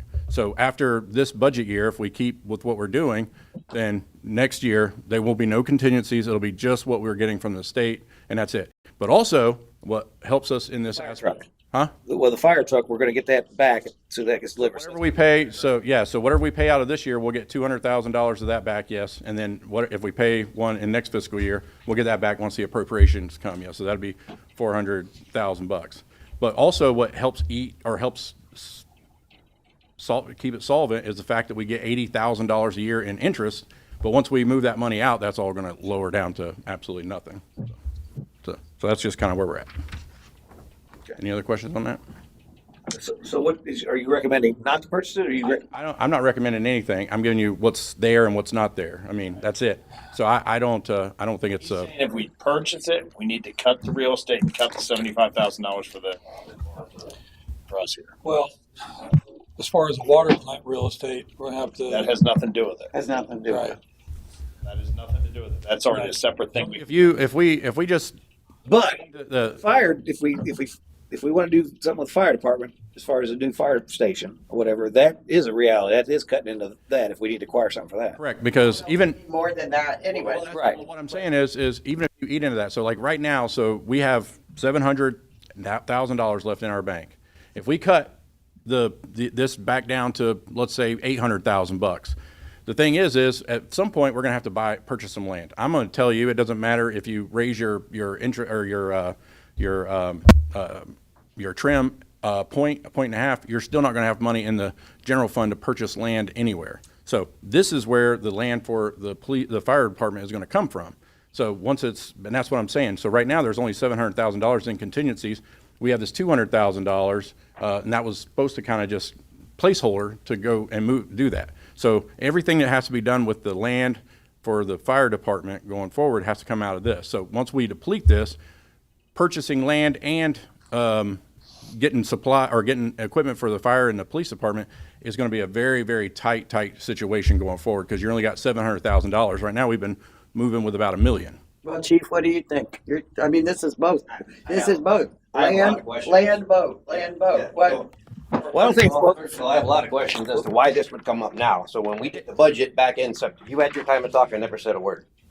So we passed a budget back in September, a balanced budget, and the boat was included in that budget. We had discussions during that, and Mr. Mayor, you'll remember this. You were asking comments. Well, where could the money come from? Where could the money come from? He said, well, we don't have it. But then the next 7 sentences where we have money here and we have money there and we have money here, we have money from Nick's Park, and oh yeah, and we have that money over there. All those conversations came up. It's all on video. We got it all. It was a balanced budget that we passed. So where this unbalanced budget thing came from, I'm unaware of. At the end of the day, the other things he's talking about is the purchase of land acquisition for the fire station. We're not there yet. We're talking about something that could be 4 years from now, 3 years from now, 6 years from now. So we're not at the purchase, and who's to say we even have to purchase land? The city has land. So we may not even have to purchase land. So all of those are things thrown in to confuse the mix, so to speak. I think that's way putting the cart in front of the horse. At this point, again, we had this isn't a mystery since the day I got here. If you look back in 2020 when I came here, I brought up things that the fire department needs. I'm not a dreamer. I said, hey, we need a ladder truck. When you look at what NFPA and what the city protects, a lot of it's 2 and 3 stories and higher. I never asked for a ladder truck. Why? Because we can't house one. We don't need one right at the moment because we don't have a place to put it. But sooner or later, when we get to that point, we get the bigger station, then you know what? It'll be a tit for tat. We'll, as a fire truck retires, we'll replace that with a ladder truck. But again, those are years down the road. People ask me when I first came here, Chief, what do we need a brush truck for? Because We have brush fires. since I was 18 years old, I've been a fireman on the west side of Pasco County, started right here in Port Richey. And I look at the problems and the wildland urban interface that we have here. Last year, we've had some of the biggest brush fires we have ever had. Before that, the storms, the hurricanes. People were asking me, well, Gary, why do you need a rescue boat, that little boat, the tiller motor on the back? I'll tell you why, because I've lived here my whole life and I've watched this area flood with just heavy storms, never mind hurricanes. And I can tell you that last year, 2024, council, everything I brought to council, I've been honest about, straightforward about, penny pinched about the brush truck. It should have cost us $250-something thousand. We got that truck and built it ourselves and saved 180 grand at least. And you know what? That thing came to use during the storms, during the brush fires. Fast forward, everything that I had brought to council, those storms in 2024 were the hardest hit Port Richey ever had. Right? Is anybody in disagreement with it? I was there. We handled everything ourselves. for the first time in history. So not only was it the biggest storm that this fire department in this city has ever faced, because of the tools that I was asking for, we've handled it all ourselves. I called for help 3 times. You know how much I got? None. None, because everybody else was just as overwhelmed as we were. But we handled it ourselves for the first time. If it wasn't for those tools that you guys gave me, I can also tell you that when it comes to that, this is it. This is the last tool I need. From here on out, big tool. This is the last thing I need. From here on out, it's just going to be replacement when it gets older. Replacement, at a certain point in time. I don't need anything else. Everything here will be, from this point forward, will be fit for that. This is the last request. So, am I allowed to talk? I mean, we're talking about, again, land acquisition that we're not there yet, but sure. So I will, let me clarify, because you said some off the cuff things that aren't true. At our budget meeting, there was a whole slide, 3 or 4 slides that was dedicated to Penny for Pasco. And if you guys remember correctly, I told y'all this exact thing was going to happen.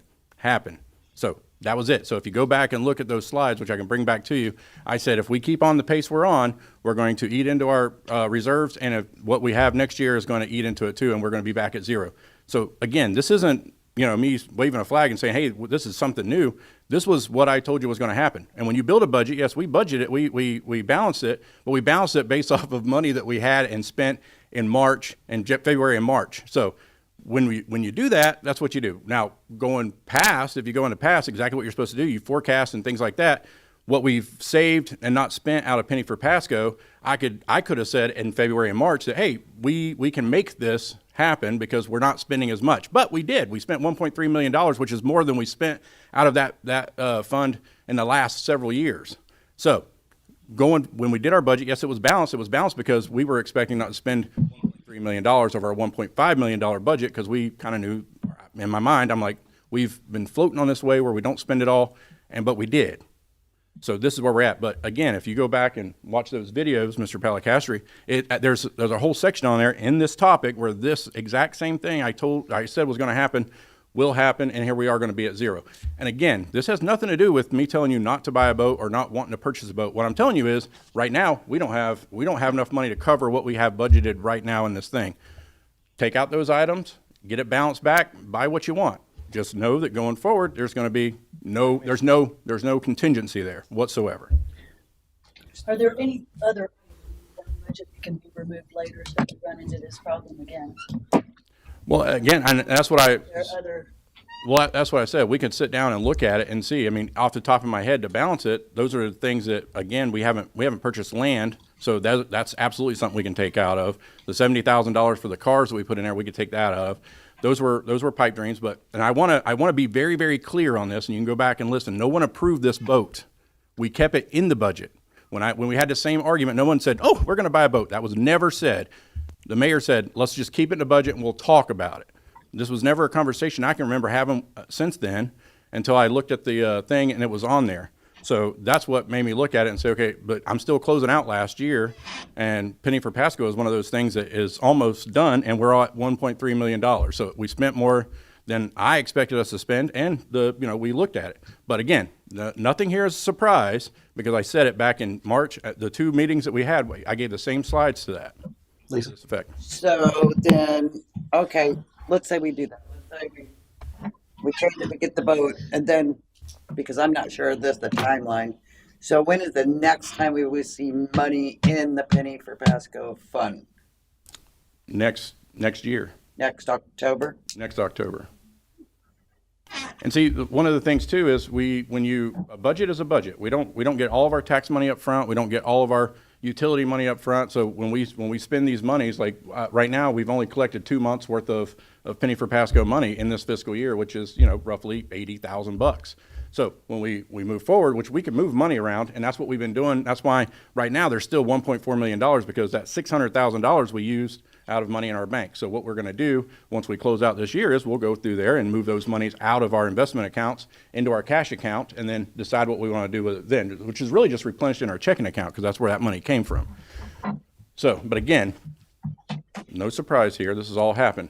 And I'm not saying one way or the other, and I'm not telling you to purchase a boat or not purchase a boat. That's not my job to tell you that. What I'm telling you is the realization that, when I got here a year ago, we were sitting on $1.4 million because we weren't spending money out of there like we are right now. So now we spent the money, but again, buy the boat, but everything that comes after that is, we're going to be very, very tight, and there's not going to be any cushion.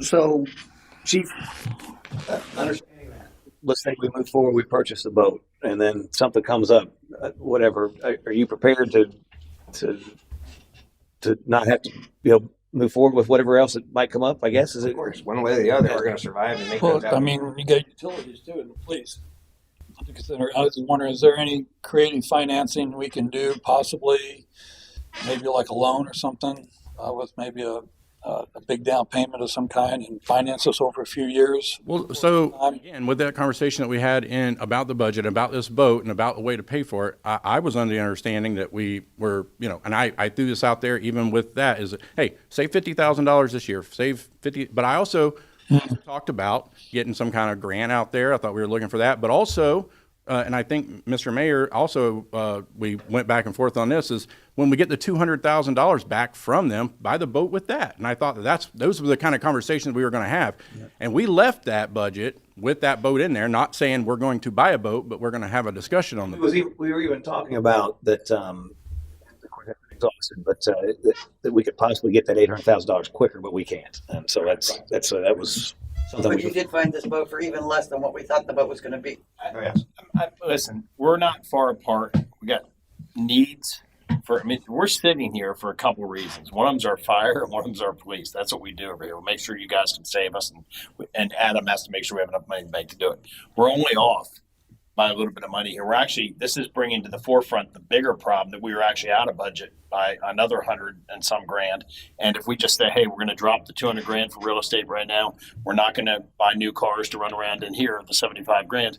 We're solved, problem solved. We're not supposed to collect money and store money. We're not like a for-profit. We're supposed to expense what we get into the community to make the community better. And that's what we're doing right now. I do believe, though, and I don't know if this extends to our other funds, but we do have ordinance that says we're supposed to keep 30% of in reserves. We're supposed to have 30%. And I don't know if that resolves it. 30% penny for Pasco, or is that 30% in reserve overall? Well, we keep 30% overall in all of them right now. So even with this $1.4 million, we were still at the 30%. So when we talked about those reserves, we were above where we needed to be, especially in penny for Pasco, because we only collect $700,000 a year. So we had $1.4 million, so we were way above that.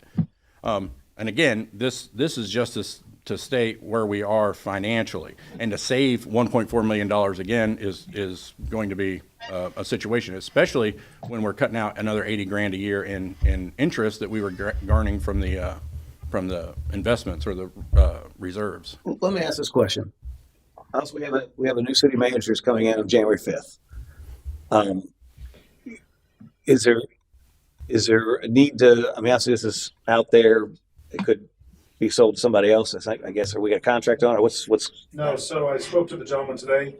If they don't hear about our PO today, they're giving it to another organization. Okay, so it's gone if we don't move forward. The gentleman from. And this is $145,000 boat.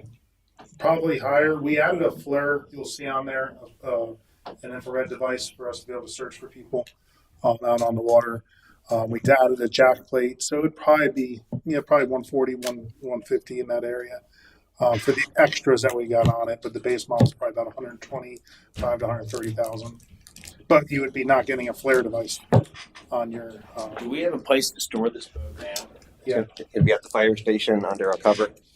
So it wouldn't be out in the sun getting smoked. Not like the current one, no. Yeah, I've had multiple residents come to me, and they're like, "Look at that!" It's just, and I'm like, "I didn't buy that boat to start with."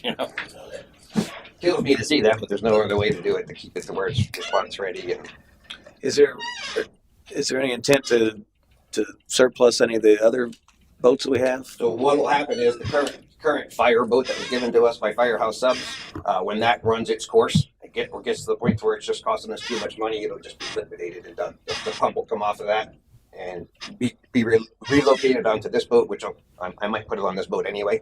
We can expedite maybe get something out of that, and that old police boat that we're not using, can we surplus that and try to get some? The police boat's different. That's a police boat, just a fire rescue. Not the new police boat, but the old police boat. That's supposedly the reason we bought the new police boat is because the other police boat wasn't any good. So I don't know why. The one that was purchased 2 years ago, you mean? No, that's No. That's the new one. I'm talking about the old one. the one that we still have that Oh, the older we're one supposed to that need had a a new motor engine in it. for. I So, gotcha. Over a dozen years ago. I mean, I think These there's boats don't bring a lot of. I think there's well, no, but every little bit, right? If they need something that if we're that tight, we should probably start thinking about making a path to resolve that if we want to move forward on this. I mean, I think this is a great asset. I think that while we may not use it every day, it's those times when you need to use it that you have it. I mean, we've obviously survived 100 years without it, but it can only help going forward. So I'm not opposed to giving the fire department tools they need to make them better. They're already great, right? We heard about that tonight. So, but I don't like putting us in a position where we, something comes up and we actually need to do something we can't because we made this. This is just an opportunity cost type thing, right? We spend it now, we make the adjustments in the budget. There are no options later. So I think we need to be, if we move forward on this, I think we need to be looking at those options to try to cut some other things that we could possibly, as much as we could, to kind of shore this up. Again, I think there's light at the end of the tunnel. Obviously, we're going to get $800,000 for the fire truck once that's delivered, and that will resolve a lot of problems. Is there anything that could come off that boat? You could pull your flare off, but it's not that big a difference. It's a couple $1,000. 4,000. And it's a critical rescue. Yeah, part of it. $4,470. But you already got a brake on the boat, and you're going to go up and get it, which is another so brake. the travel, we took $4,000 off just on travel to. And another $1,000 for the wrap. They wanted to wrap the boat, and we're like, we don't need to wrap the boat. We'll We'll ready wash to it go. when we get back. Yeah. We've been working with this company so where we came to this, so you guys don't think we just knee jerked the boat. We've been working with Fluid Marine for about 2.5 years now. Fluid Marine provides all the boats for SpaceX, a lot of patrol boats, harbor patrol boats. They got on our radar because of a few reasons. The first thing is, I've heard about, it's an inflatable. It's an inflatable, but it's got a Hyperlon inflatable, which is a strong PVC type inflatable. So that the other side of this is this boat comes with a 5-year warranty on those inflatables. Most inflatables will only have about a year warranty, where we're getting a 5-year warranty on this system. And it's a purpose-built boat that this company doesn't build boats just for pleasure. The guys that are designing these boats are past Marine Patrol officers, past military guys, past water rescue guys that says, hey, we need to do this, we need to do that. I thought it was going to be out of our price range to stick with Fluid. And then he called me and he said, hey, I've got a demo boat. The problem is it's black and gray. And we said, well, a guy doesn't care or a girl doesn't care when they're drowning if the boat's black or gray. And he goes, well, if you want to come take a look at it, my owner is agreeing to give it to you guys at a really good price. And so Chief went up there to North Carolina, take a look at it, make sure it fits our needs, and it's ready to go. After speaking with him today, if we give a PO for this boat will be in service in January. Who do we have to operate this boat? Tom? All of our captains and all of our drivers are both certified. So They're all 24 certified. 24/7 we have somebody. I'll mandatory overtime somebody if I have to, but we never got to that point because Does this thing have a spotlight on it? It does that. So that's another thing we added to it so it has a spotlight, but we also added a remote searchlight on it. We added a jack plate. What is a jack plate? A jack plate lifts your motor up. It'll lift the motor up for super shallow water. Yeah, so it allows us to get to really, it really raises it up. Yeah. Is it automatic? Or you have to It's crank? automatic. Yeah, No, hydraulic. Yeah. So we added a jack plate because we need a jack plate for off our coast. So they're holding the boat tonight, and then tomorrow, if we tell them yes or no, they're going to add the jack plate, add the flare, add the remote searchlight, And change the lights from blue to red. change the lights from blue to red, and put our fire rescue decals on it, And then you we'll can pick it up. I see the bid ends at November 29th, but they extended it. Yeah, they extended it. Yeah, we've been working with them. They've been really good to us. They've been really good. Yeah, I was really surprised they've kind of even hold off this long, especially with a boat at this price. It's already out there. About now they're selling it. I mean, I think we tighten it up. We tighten up what we're doing. Okay. You understand where we are. Sure. You know what I'm saying? So it's not like next month you're going to come and say, oh my God, I forgot. need that gold covered this thingamajig or whatever. We're like, you know what I'm saying? Then we're going to start yard sales over the fire department, So I think we make a motion to kill the $200,000 that we've got in the budget right now We got a motion and second on the floor already, so we're for good. the real estate, right? We're talking about And the $75,000 for the car thing, whatever that is. So Adam is saying, okay, we had a balanced budget. Now we know leaving out of here, we're tight. We got to stay tight. You know, Yeah. Well, we were good coming in. so we got a motion to approve the purchase of the boat, and I think give Bob the second. There was No, it was Lisa Lisa. seconded Chris' motion. Okay, at least Bob was close on that one, so Lisa got second. So we got that. So after we action this, we'll come back and we'll fix the budget right after that. Yep. So, is there any other discussion on the boat? Any public comment? Okay, see, now I had one more thing. I want to thank you guys. Obviously, I know you guys work hard trying to get the best price, and that's part of the reason that I'm definitely with you on this. I know you've done your due diligence, and you guys, you always do, and we want to make sure you have the right tools. And it don't take this long discussion that we don't want to try to help you because at the end of the day we're accountable taxpayers as well, and you know that, and you guys do a good job of that. So this is good discussion. It sets us up for us going forward that we know that we are a little iffy, right? And so we need to do our due diligence, and we can do that. There's other places we can streamline things to make sure we're good. So, and I think, like I said, light intertunnel, we do have the 800,000 coming in. So I think all things will shore up, and we'll have the good tool at a good price. So I'll put to a vote. We get something else. I was going to say, if we were always having all kinds of money sitting in the bank, we'd all not be doing our jobs. We'd be sitting here and we'd be neutered on this council, and that's not what we're here to do. We're here to put money into the community and plant it in places where it's going to help us have a better lifestyle here, but also increase the quality of lifestyle we have here. And that's done through our police and our fire. So, So all in favor, signify by saying aye. Aye. Opposed? Motion carries. Also suggest everybody to visit our house. You guys haven't visited it, you guys should. And take you got a grandchild or a child, take them with you. It's great. Took my grandkids, and it was an amazing tour. Now, Bob. It was an amazing tour. Okay. Next. Oh yes. So the budget thing. So, how do you want us to? You need a motion to move the. Take out the. Motion to remove the land acquisition money and the vehicle line items. There you go. Okay. A motion second. Any further discussion on that? Any public comment? Seeing that, put the vote all in favor, signify by saying aye. Aye. Opposed? Motion carries. Anything else money-wise we need to address? Adam, thank you for that. Yeah. I know it's a tough job you have, and but we appreciate you looking out for that. And like I said, as long as we can find, it's always good to get to yes, right, and make everybody happy. And so I never gave a no. And you all should, and I want to bring staff together here. Everybody has a role, right? You guys have a role to keep public safety.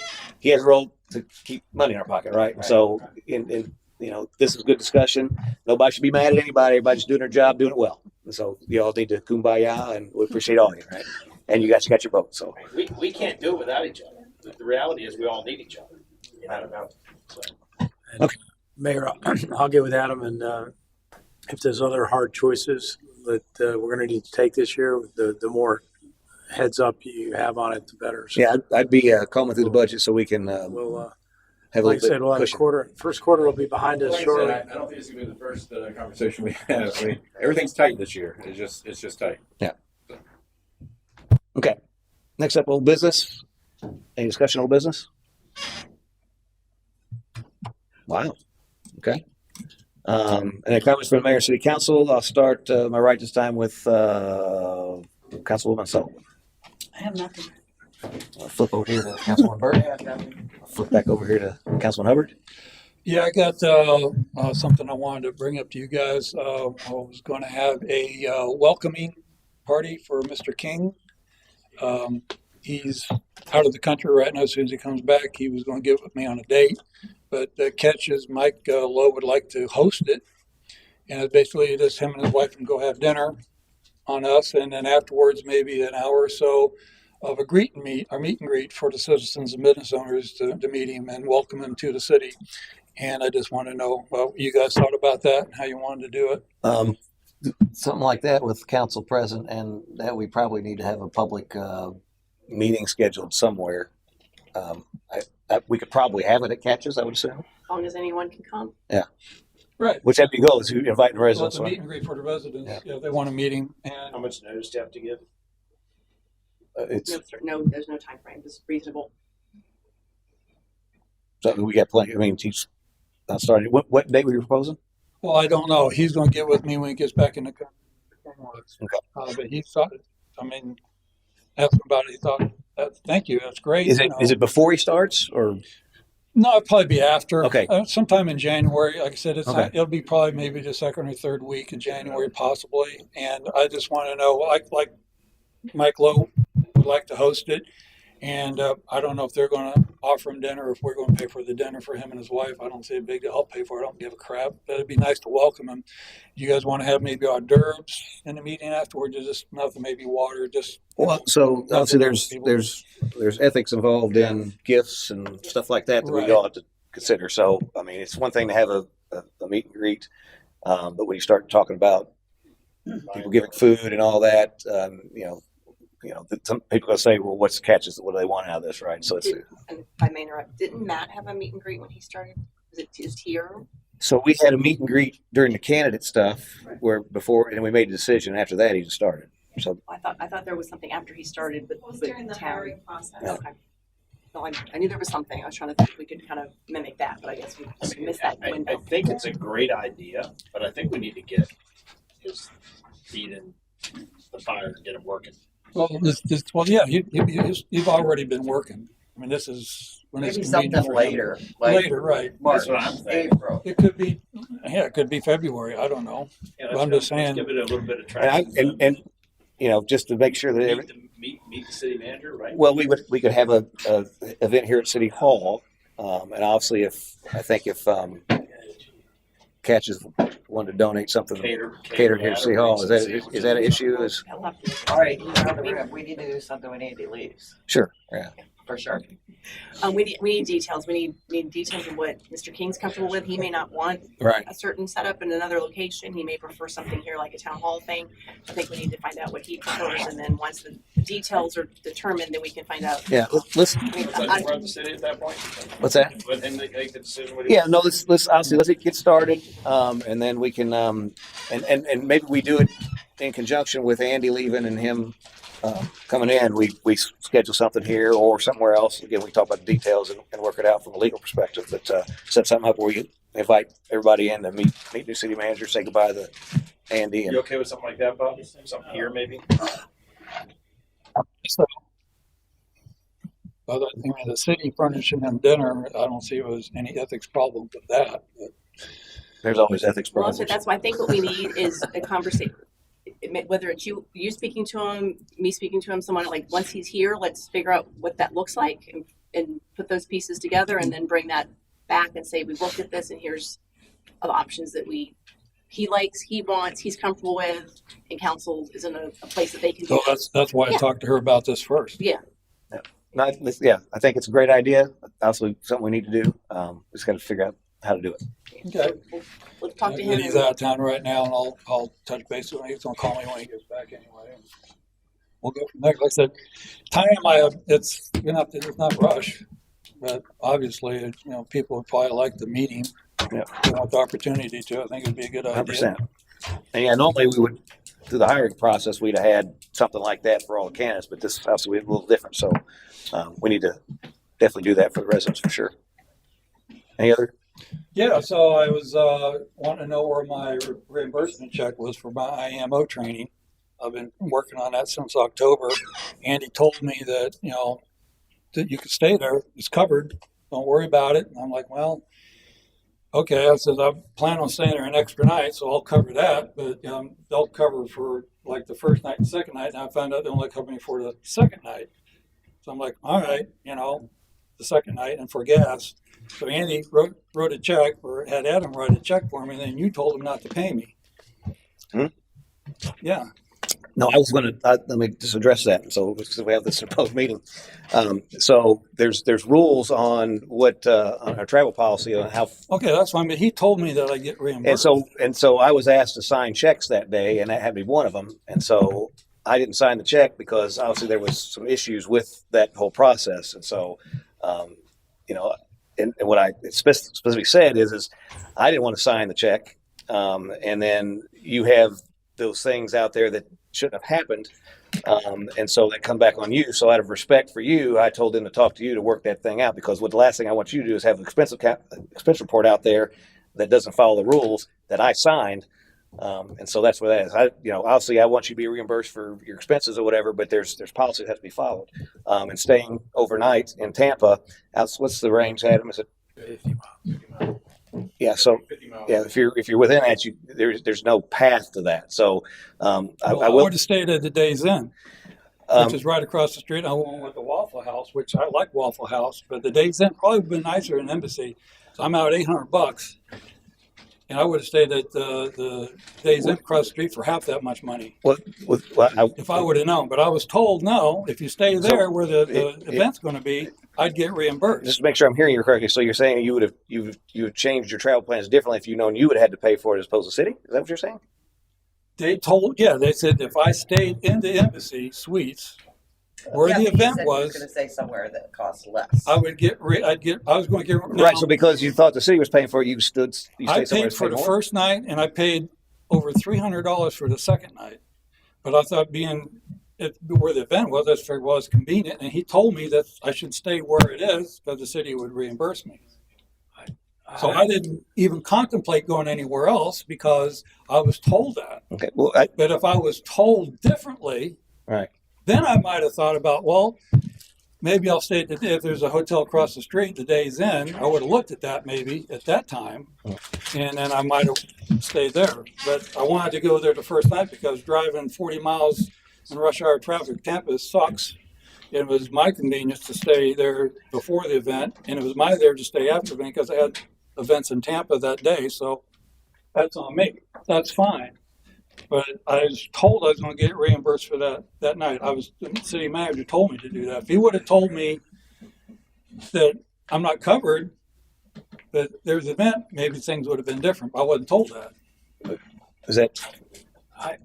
Look, with all due respect, sir, I have no recollection of talking about specific hotels. My mistake, I believe, was I was under the impression that this training, there was like evening stuff. So I could. Adam heard you tell me that. So.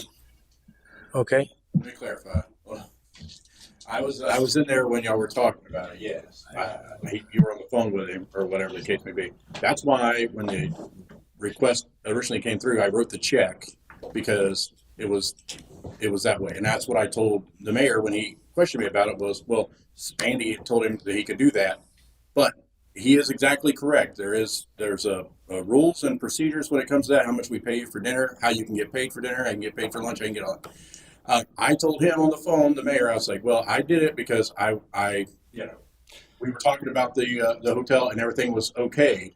But he is exactly right. The law, the legal legality is you don't get a hotel till you're 50 miles away. That's why I recut the check, because really you should have just been paid for travel. But you had things on there like the $58 dinner was another thing. Yeah. It's $33 for Orlando. So I mean, that's what. And again, when I come up here and sign checks, I wasn't expecting to get paid for any of that. I was only getting reimbursed what I told I was going to get reimbursed for. Nothing more, nothing less. That's all. Right. So and I made my plans based on what I was told. And my fellow councilman, when the city tells you something, you just need to verify for yourself whether or not that's true or not. Adam, do you recall me talking about Days Inn versus Embassy Suites? I have no recollection of that. When I walked there in wasn't there, any mention of that. Well, you just accused me of it, sir. No, you told me I'm that. getting thrown under the bus again by you, and I've had about enough of it. I don't give a shit. Hold on. I know you do. We're not. Hold on. We're going to be decorum here, respectful. Right. Okay. Okay. What you told me was if I stayed where the event was, I'd be covered. That's what you told me. I was under the impression that there were evening events or something like that. Okay. You asked me to make the reservation for the class for you? You did. I did not make reservations at a hotel. No, I did.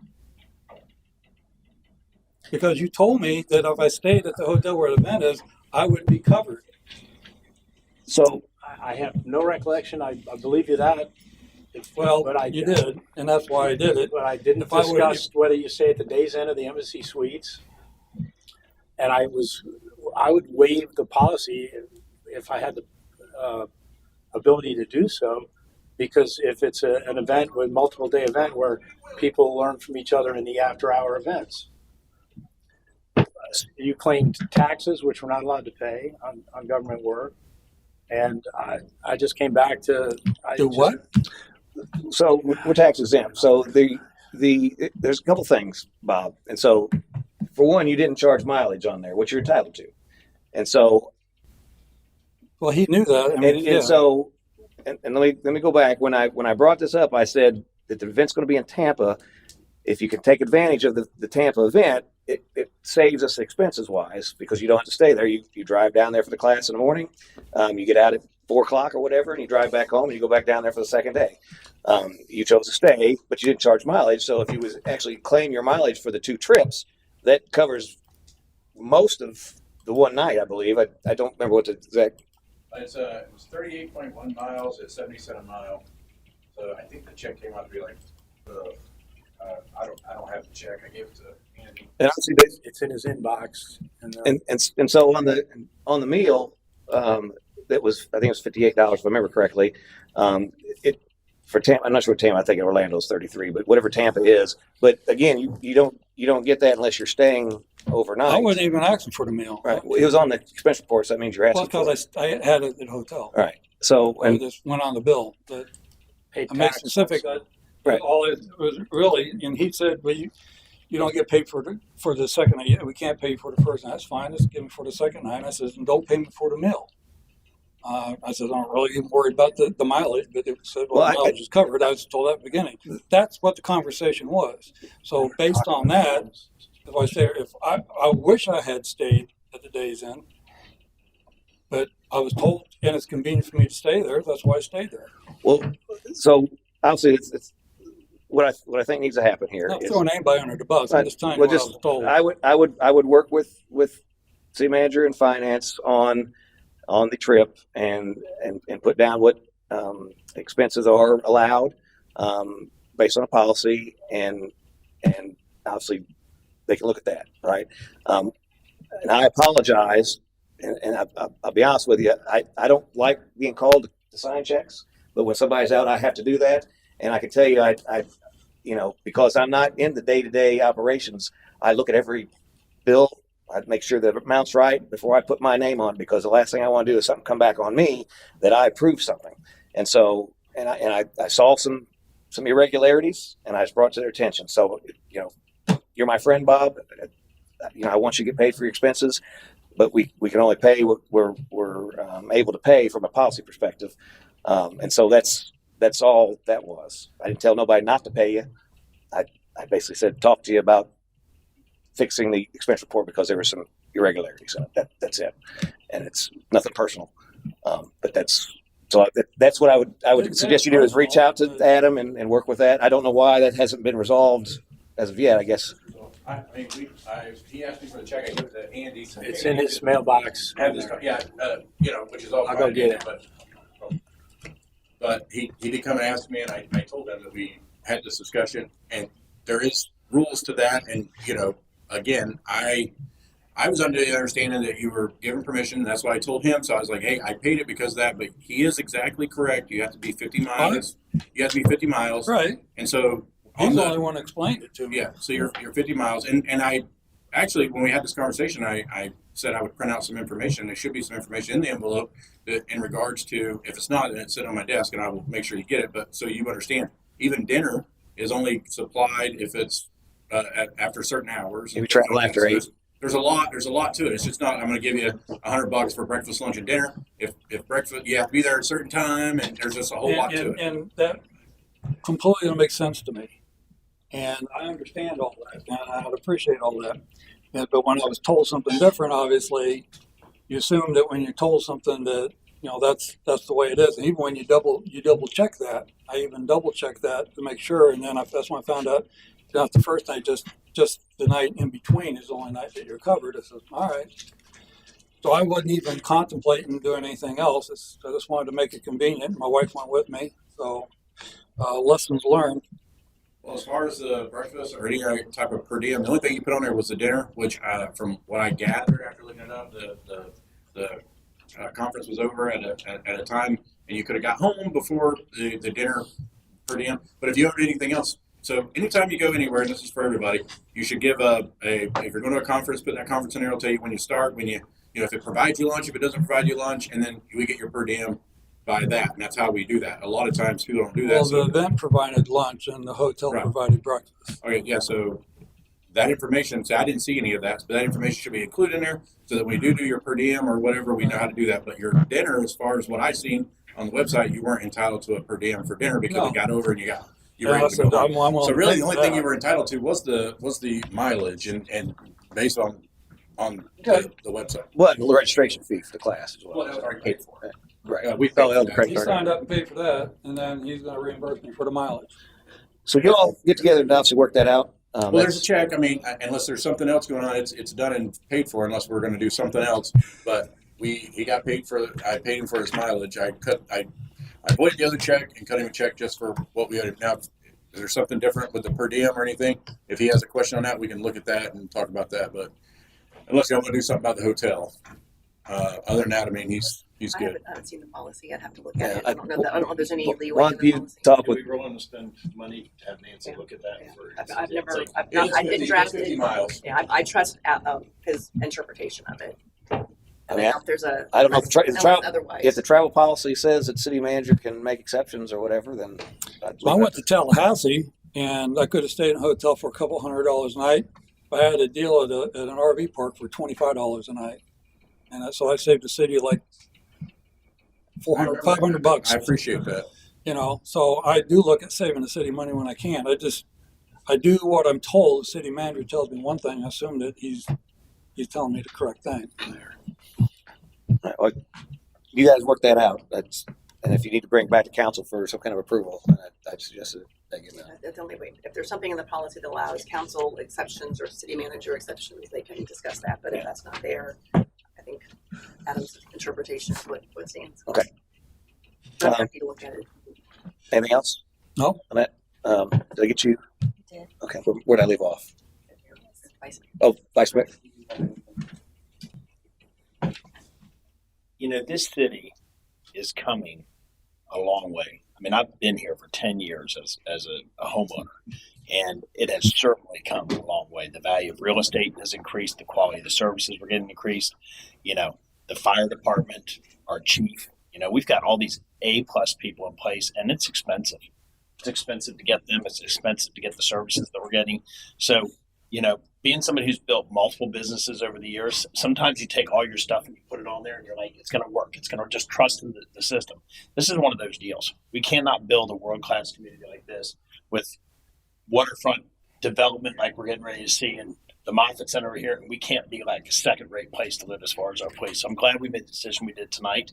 I know it's tight and it's hard for us, but that's what we're here for. We're here to interpret what we see, make good decisions, wise decisions, and I think tonight we made a wise decision. So I'm thankful to be on the council with you guys and serve with you guys, and that's all I got to say. Okay.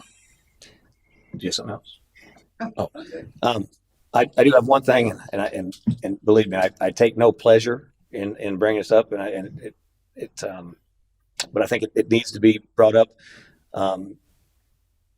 We're a team up here, okay, and when we're out in the community or on social media or whatever, when one of us speaks individually, the people that are hearing that are feeling that that's a consensus of council, and it's not. That's the consensus of one, right? The decisions we make up here as a body, those are the decisions that actually matter. And you know, we want to be transparent and all that, but we need to be very careful when we're out in the public individually and posting on social media that what we're posting is and saying is the truth. And if it's something that you have an opinion, obviously each one of us has our own, let's say our platform or what have you, or whatever, that when you campaign, you talk about, I want to do this, and that's all fine. But you need to make sure that the public understands that that's not necessarily going to happen. It's something I'm going to advocate for at council to see if we can do this. Okay, so I want to start with that. And the reason I brought this up is because I had a very disturbing read on the town hall and I'm going to quote it. There was a post that was that Christine put out there with the renderings from the development, and it was very benign. It says the conceptual renderings below were submitted by the developer Ryan Burke during the city council meeting on November 12th, 2025. Mr. Burke noted that the plans to date are only for the former trailer park property adjacent to Highway 19, and renderings for the former Gildog property will be submitted at a later date. Perfectly fine post. Okay, it was something that was public record. It was submitted to the city. It was put out there. You know, in my opinion, because it's very, very early. You know, I don't want to incite, because obviously these plans are just concepts that haven't been brought and formalized with council. It's just a vision, if you will, and so people can read into that more than they should and start, you know, dialogue. I think there was 100 some comments, 123 comments. But anyway, that's fine. It did come in. It's public records. Nothing wrong with that. Obviously, there's a lot of work that has to be done on this development. It will look like this in the end. I don't know, but obviously, there's a lot of working parts to get to anything like this. The only thing that's happened is they're in the process of clearing the property over there. They've purchased. Outside of that, we have no hardcore plans. This is just a vision. So that was fine. Had some interesting dialogue in there. But the one thing that I bring this up for, and I wanted to ask you about, Bob, is you had a comment on there, and it says, "How does everyone feel about giving, in capital letters, giving them $4.5 million to start?" And when I read that, I thought, I cannot believe that I'm seeing this, and I unfortunately I can't go out here and refute that post, because that'd be a violation of sunshine law. It's probably somewhat questionable that the comments there, because Councilwoman Sullivan made the post, and now we've got council people commenting on it. This very, very thin line here, but the post itself is really troubling, because there's been no ask that we give anybody $4.5 million to start. And so I wanted to make sure that the public knows that, one, that's never been an ask. What's been asked is there's a $4.5 million shortfall in their financing of the entire $138 million project, and that they've asked the city if there's any incentives that we'd be willing to help with that $4.5 million. Not stroke them a check for $4.5 million, but there's opportunity in the end that the additional $700 some thousand that development would generate in tax income, that we can help service some of that debt with those taxes that we're getting on the back end. This is obviously we need to talk about this at the council level. I mentioned it, I think, last time. There's policies that the attorney has brought to us that we can consider. We need to talk about incentives in general, about development, because like Chris said, we're a growing community. Lots of good things happening. People are wanting to move here. And so we need to have something in place so that when developers ask for incentives, that we have a policy that we can go to and say, okay, here's our policy. Here's what we can do. You know, if you provide so much of this green space or whatever, we can do this. Or, you know, it makes win-win decision making. And so we can attract and actually invest in our community at the same time. Because at the end, when these things happen and they get monetized, it's a huge influx of money. When you talk about $138 million development down there, it's going to rate just our portion at our current millage rate of almost $700,000 a year, year after year after year. Where do you get those figures from? Math. You take $138 million times. Firms that get paid a lot of money to do market studies, and they do perform charts on that. I just wondered, did you have that where it came from? Well, there's no The real estate property tax. It's property tax. It's math. It's so when you have a valuation of $138 million times our 6.29 mils, which is our current millage rate, it equates to $686,000. That's just simple math, and that's the property appraiser. No, it's not up to us. Well, they're projecting. The people, Ryan Burke and his development crew, they've got people that's working on this, what's going to cost to build it, and that's the number that they gave us. Now, will that be the number? I don't know, but you know, we can only go by what's being said, right? But that $130 million is what they're anticipating the value will be on the tax roll, and so that's what I'm going by. If it's still a lot of money if it's $100 million. if it's 50 million. I mean, our entire waterfront brings in $50,000 right now. So you're talking about transformational change to that area based on this one development. And that's not even counting what could happen as that starts, right? That being said, do we want to incentivize development or not? Well, we'll find out more about that on January. It was January. The workshop. Okay.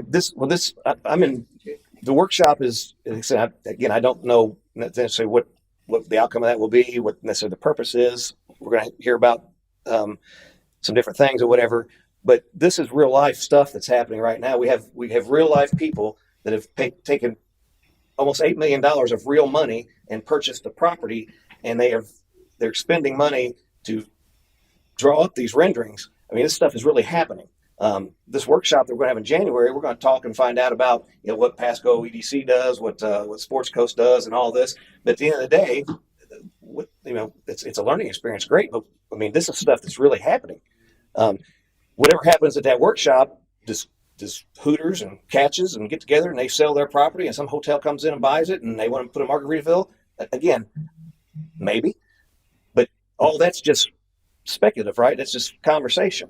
This is real stuff that's happening, real money trail that's being invested in our community. And so the ask is that we look at what do we want to do from an incentive perspective. They've never asked at all to give them $4.5 million start. I've been in the meetings. I've gotten the emails. You pull them from public record. Adam's there. City manager's there. Yeah.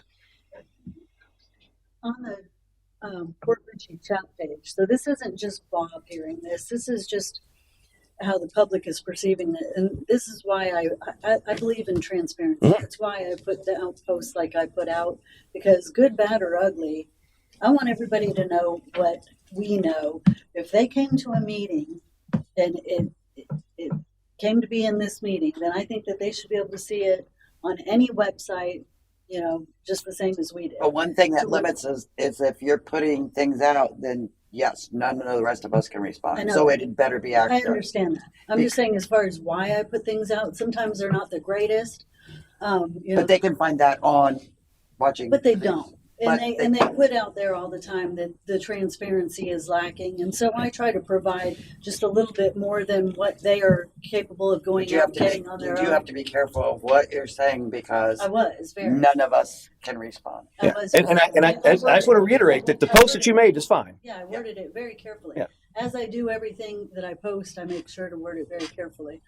But it's not just that Bob may have thought that. On the Port Richey chat page, there was quite a blow up that happened. It was a Tommy G who watches these meetings, and I don't know him, but he posted on there the same thing, that I watched a meeting and I heard the mayor say that he was giving the developers $4.5 million. Are we really going to do this? And then that blew up until the moderators shut it down, until the administrators shut it down. Yeah, and so it how we say things here also affects how people in the community are hearing what is going on. So we think we understand what's happening, but the community thinks they're hearing something different. Yeah, so we need to be very clear here in how we speak as well, so that we can communicate to them that these aren't actual asks. I didn't jump in on Tommy's post. I just let that happen because it was too risky for me. Yeah, I was watching, I saw the post as well, and I believe me, I wanted to respond. Right, and there's very too, but I didn't want to, there's very few times that I'll engage in that, because, to be honest with you, when you do, it doesn't make any difference. Their minds they think what they want to think. I can tell you, roll the tape, because I've never said that. But I do think it's important to let them see what we're seeing as it comes along, because we represent the public here, and we vote on behalf of the public, and that's why I want them to see what I see. So not so that I can engage with them on these platforms, but so that I can read what they're saying and hear what the residents want for the community. And that's why I think transparency is very important. That's why I work on that all the time. But I am very careful in how I word it. I went to Andy and made sure that I could do certain things with that, with the renderings, and made sure that it was a conceptual design. And it Yeah, doesn't the post you made Right. was But I mean, fine. I know you say, you wish kind of that hadn't happened at this time, but if we can see it, then I think it's important that the community can see it, because that's when they come in here, when they start seeing things in the process, then they can start coming in and telling us what they want. And I think that's very important. I was just a resident at one point, and I would have wanted to see it as much as possible. I watched it all. I have watched everything you put out there, and in my eyes, you have done no fire starting. You've not like thrown something out there hoping it would catch fire and all none of this stuff. When I saw Bob throw that out there, and I love and respect Bob, I really do, but I was like, what in the world is that about? I didn't even understand what it was for, because here's the deal. It's almost like taking a shot at this investor who wants to bring $130 million to our community, saying, hey, they're trying to fleece us. It was kind of like an accusation. Oh, That's what I read. I was shocked. I was shocked. And when I read that, I'm like, well, Bob's a councilman. It'd be different if it was coming from one of these folks who are, maybe community people that don't even live in our city. They live in Pasco County, but it came from a councilman. And I'm thinking to myself, here we are. We've got an investor that he can choose where he invests his money and what town he puts it. He's got a sitting councilman who's taking a shot at him on social media. That's all. I didn't think it was good. And I love and respect you, Bob. I mean that, but I thought that was in bad taste. It was in bad taste for us. Well, it was public knowledge that the mayor had mentioned in the CR meeting that he would like to give, and we should give $4.5 million. Never heard him say that. I've never heard him say that. That's what CR money is for. Exactly what he said in the meeting. In the CRA money is in context of you can provide incentives, and it's actually, it's for redevelopment. That's what it's to redevelop. Okay. And what are they doing down there, Guild Dogs? Fine. They're tearing it down and they're redeveloping it, Bob. So if I can finish one thing, we just sat here tonight and looked at our fire chief, and he wants to invest in a life-saving apparatus that we just went through a horrendous hurricane with, that he could have, if it had been worse, if we'd gotten another 2 feet of water, we'd have people drowning all over town. You'd been pulling bodies out of the water, and it could have just been 2 feet more of water. Okay, where it wasn't 6 feet, it was at ceilings in these places, and so we're sitting here going back and forth this here. We're trying to figure out how we're going to cut touring. These people are going to bring 700,000 based on what you're telling me in the math, and I believe you because I think you're a pretty smart guy, and you're not going to come out here and run your mouth if you know what you're talking about. $700,000 a year is going to be life-changing to us in our budget. It's going to give us plenty of money that we need. And what I don't want to do is take these guys around back and slap them around a little bit and talk crap about it. We should not be doing that. We should be respecting these investors. When they come in here, we should be courting investors, bringing them in here, telling them we're going to respect you, and we're going to do it by the books. We're going to need to help you approve it, but we shouldn't be throwing rocks at them. Not as a council, we shouldn't be. Yeah, and I want to also educate here too. When I talk about the $700,000 based on that number, that's just our millage rate. That property is going to be in a CRA, and we're going to get 95% of the county portion of it too. So let's just say that theirs is the same as ours. You're talking about $1.4 million going into our CRA after this is built. So we're talking about transformational money, and to make a comment like this, Bob, is poor taste. And so again, I love you to death. You're my friend, and I take no pleasure in this at all. It really hurts me to have this conversation, but we get a, and I can tell you, there's people in the community that don't want any development, don't want anything to happen. I get that, and you see all kind of stuff, the gamut on social media, and I read it just so I'm aware of what's going on out there, and people don't understand what they're talking about half the time, and they're not watching meetings, they're watching social media, and that's where they're getting their information, and that's not necessarily the right information. And when a sitting council person states this, I've never said that, Bob. And if you think I've said that, you need to go back and watch those things. I've always told you that there's a $4.5 million financing gap that they want to address some way in incentives. And I can tell you they've never asked for a dime up front. And let me just go on to say, because I see this all the time about how I'm going to take. Huh? Well, I didn't say that he did. And I did. Just clear the air right now, though, because there are people. Yeah, and I hope they go back and watch this. So if you just clear the air right now about yeah, exactly that, that removes that. Yeah, and I also say I have zero financial interest in this project. The only reason that I advocate for this project is not because I have some back end deal going on, because I don't. It's because I was put in place to change the city for the better. And this is something transformational that will happen. And at the end of the day, I get one vote, fellas and gals. You know, the four of you decide something, even if I won it, it's done deal. Right? So I'm just trying to educate. I try to educate the public.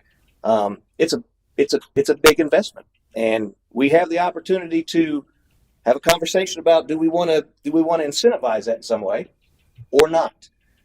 But we need to have a conversation because they've got an ask out there that they want some kind of incentive. Now, could that incentive be we stroke them a $4.5 million check? It could, but that's not what they're asking for. They want some after that, $1.4 million a year that they're going to be bringing into our CRA. They want us to help with that.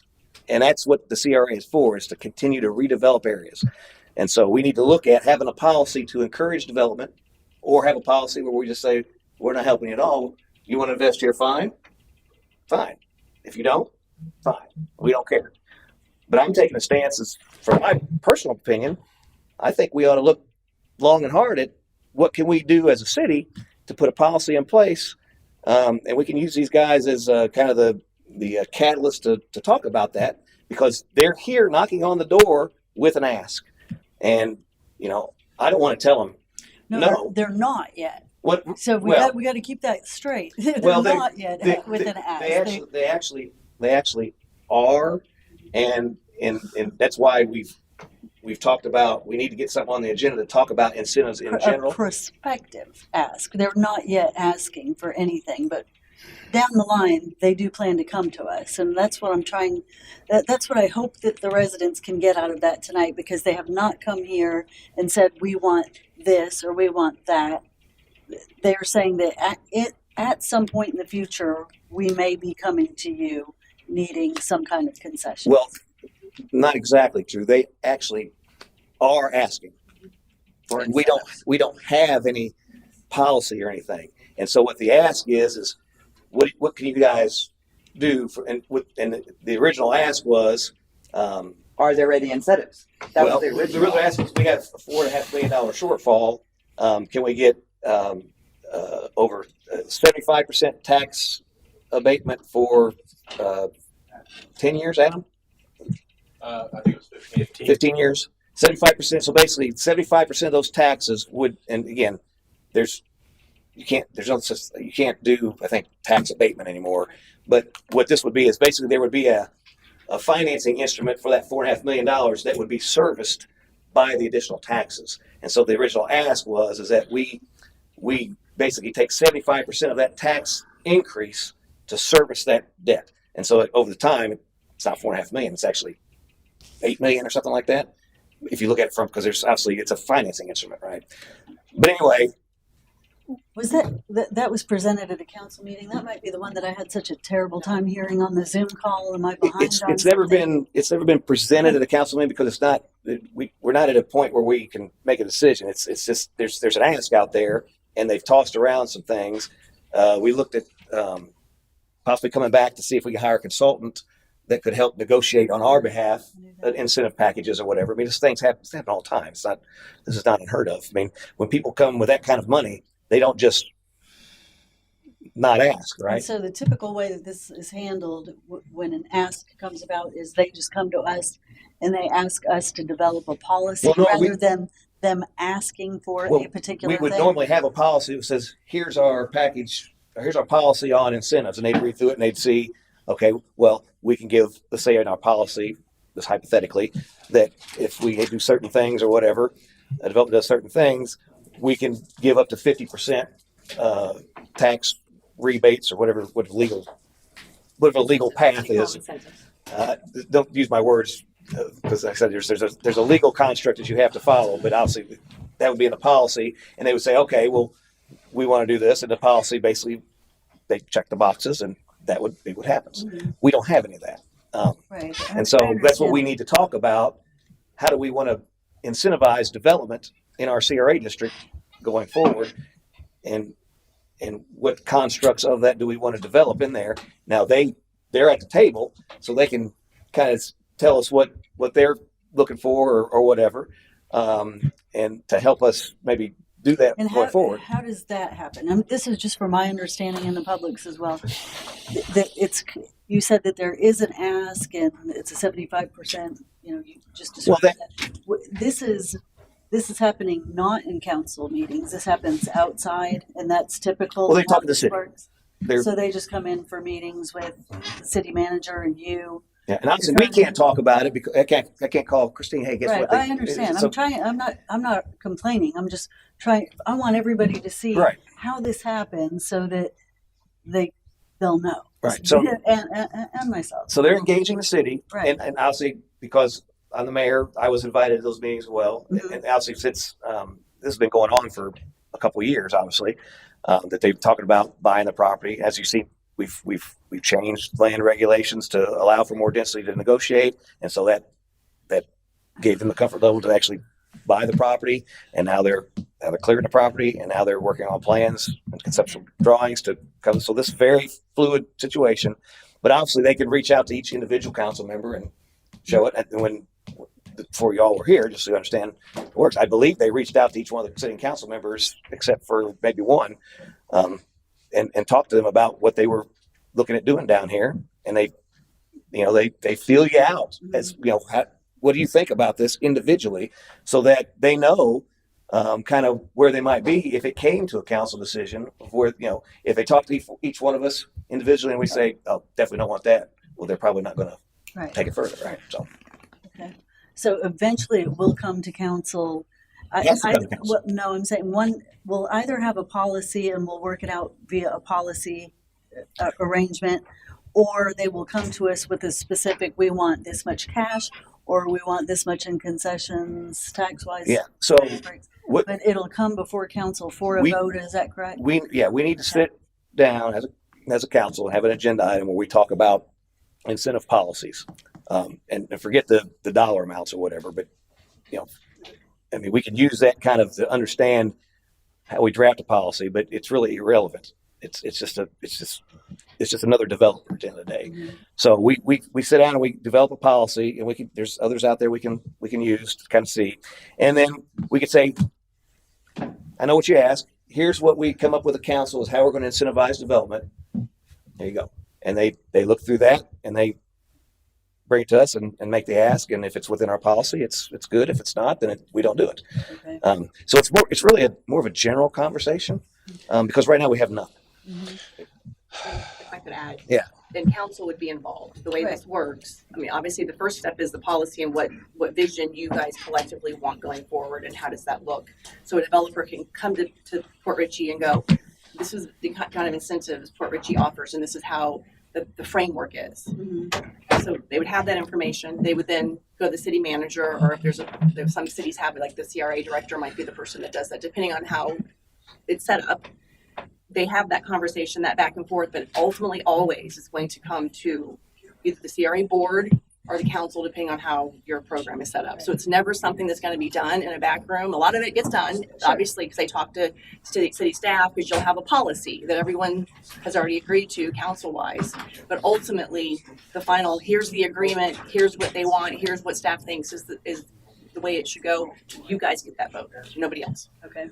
So there have been a lot of questions coming to me about this specifically, and I have been saying on a one-on-one basis, there has been no formal ask for anything. That's been my standard response. There was a mention about it, though. Formal ask. So to hear tonight that there is kind of an ask, I had to get my head around how that happened so that I can better explain it to people that are asking. Well, when you say formal ask, I guess they gave us they sent an email out to myself and some staff members about. Right, it's fine. I'm just saying it didn't come to me, so I wasn't aware of a formal ask, and then there are things going on that you're aware of that I'm not. So I wasn't wrong. I'm just trying to tell the public I wasn't. It's not like I'm trying to mislead anybody and saying There's that been there was no no formal formal ask to council. Not to me. Right. To council. It was and I know a lot of people are watching these right now, so that's being explained to me constantly. Yeah. So. And so when I brought it back, and again, I talked about it a couple times. I let you guys know. I think I even read the email. At least I did paraphrase it or whatever, to say that was going on, and we need to get together and talk about incentives in general Right. because Oh, it's sure. Yeah, that was part of it, and we agreed to that. Yeah. There was a consensus, and they're going to Yeah. work on that. Yeah, it needs to be on the agenda soon. yeah, and it's soon because they keep waiting on us to come back with something. Well, what So I there heard was that, I thought we came up with a consensus. That was when I was on the Zoom call and Sal had requested that we just let him come up with something, see what he could come up with, and then he was going to present it to us, and then we would move forward from there. So I thought it was in the works. It should be, it needs to be, like I said, because these guys are, I mean, if you see today, they're out there with bulldozers. Yeah, I know. Do we, you can't create a council for them. You can't create a committee or anything, right? It's got to be done right here in council. Is that right? Well, no, it's just a policy like any other. So you let staff create the policy. The staff can work on a policy with the attorney and bring it to council for approval. That's it. Put that off onto Don when he gets in here to come up with a. I can tell you, it'd be one of the first things he needs to jump in is to start, because these guys. Great job for Don to start off for us. Yeah. But I think, if I may again, I think the initial thought was, and I think, and maybe that's happened at the meeting that you're talking about. I don't think I was at that one either. The initial issue was the conversation started. The city doesn't have a policy. Someone needs to see that you guys agree you want a policy. Right. You want something that we're talking about, some kind of incentive policy or some other policy. You weren't other here thing. at that meeting. Chris wanted a professional firm to do it. Sal had requested that we allow them to just come up with something because there's a lot out there, and that he would do that. We can do bring it back to us. If we aren't satisfied with that, then he would hand it off to a firm. Yeah, That's the consensus that can happen. and that was why you brought forth the one Well, I from, had that before. you had mentioned it, bringing it, was it Braden? Braden to Sierra. It's a very good, good idea. good policy. Yeah, that we can look at. So if everyone's interested in a policy like that, then staff can definitely work Yeah. on something. And bring A it. similar waterfront community, maybe a little bit bigger. Yeah. And so just so you know, so staff was asked to take a look at this, went over the building department to look at, what they could do from a policy perspective as far as waiving building fees, waiving impact fees. There's lots of different ways to carve out incentives. It could all be on the back end taxes. And I would love to know what other cities are doing as well. I don't want to make these kind of decisions based on emotion, like, emotionally, I don't want to give away any money or something. I want to make sure that what we do is what other towns do to create what we want to create here in the city. I don't want to just. That's exactly what we need to do. Because, I want to make sure we know what we're doing. I agree 100%. And in regards to what you hear, whatever. So, Bob, I hope you understand now that there's and didn't come out of my. Well, I was on the Zoom. It was the last Zoom meeting I had before I came back into town, and that's what you were saying. As you just said, CR money. That's what it's for. Fine. $4.5 million is more than what we really have in CRA funds, and that was the number you brought up. That's if you give it to them. But I'm going way back when Matt was the city manager, and he had a lot of concerns, and I have a lot of concern too. As far as Mr. Burke, last time I talked to Mr. Burke, I told him I'm supportive 100% on this project, and I do not want any more than him to be successful as he can be is what I'd like, and where he can benefit the city as much as possible. Well, your post contradicts that, by the way. So that's. Not really.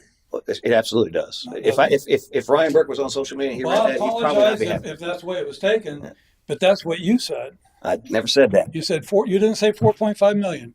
4.5 million is a financing gap that they want to address. And that's what our CRA funds are for. It's on the video. Yes, and so hold on a minute, Bob. Let me explain because you're not understanding. You're looking at it very one-sided. You're talking about front-end CRA money. What I'm talking about CRA as a tool. Okay. Right? And so when $1.4 million gets deposited into that's when then that's when you start to service that $4.5 million. Makes sense? So my point has been it's not necessary. You can get incentives from the state, the county, and the city. He doesn't have to just get it from. We don't have to do all that. We don't have to do anything. No, but we can help, and I think we should help. And I think that if he would work with some of the neighbors down there in the waterfront, we have successful businesses there. They want to be successful and they want to expand. There's also very powerful people that have decades of success in developing. I don't know. I don't think Ryan Burke has any experience in this. He's learning as he goes. He says in the zoning meetings, that's fine. I I want him to build the condos there on that 5 acres, no problem. But I want it to be him to be successful, and I want that project to be as valuable as he can make it. And there's people that can help him do that. And there's people that can help him with the project over on the Gildog's property where he can actually make more money, and the city can make more money, and we can also charge tourism dollars, tax dollars also, so we can get more money than you're talking about on what he's trying to do. So why would he not be interested in listening to these different options where he can benefit simply by making his project more valuable? Well, I can't explain what his business practices are. I know you can't because you haven't heard it, but you will. And I think it's important that he would listen to some of the people that can help him with that project. It's up to him if he wants to listen. It is. But I would not understand why someone that doesn't have any experience in developing, and maybe he's got someone that he's hiring, I guess he's hiring a new contractor, I don't know. But if he's got people that have decades of experience and success, and they've helped develop Wesley Chapel, Trinity wouldn't be what it wouldn't be without these people. They're helping put Fort Myers back together. They work around the country, and they're very successful. They have a lot of interest in this, in the businesses down here and the property that's available down here in the waterfront district. And if we create an atmosphere or a theme, it's very warm and welcoming as people drive by or they see it, and it's easy to market. Pasco County and the state of Florida can market that. That's going to do nothing but benefit him too if he fits into that. He's got the property, he's got the incentive, he wants to build property and help the city and benefit for himself. I think he should do it as low risk as possible and with the best value he can get out of it. That's what most developers do. And I'd like to see him do that. I'd like to be as successful as possibly he can. That's my goal. I'm not against him at all. But I don't, the city can't weigh the burden. We're fighting over a vote. We're fighting over little things we don't have money for.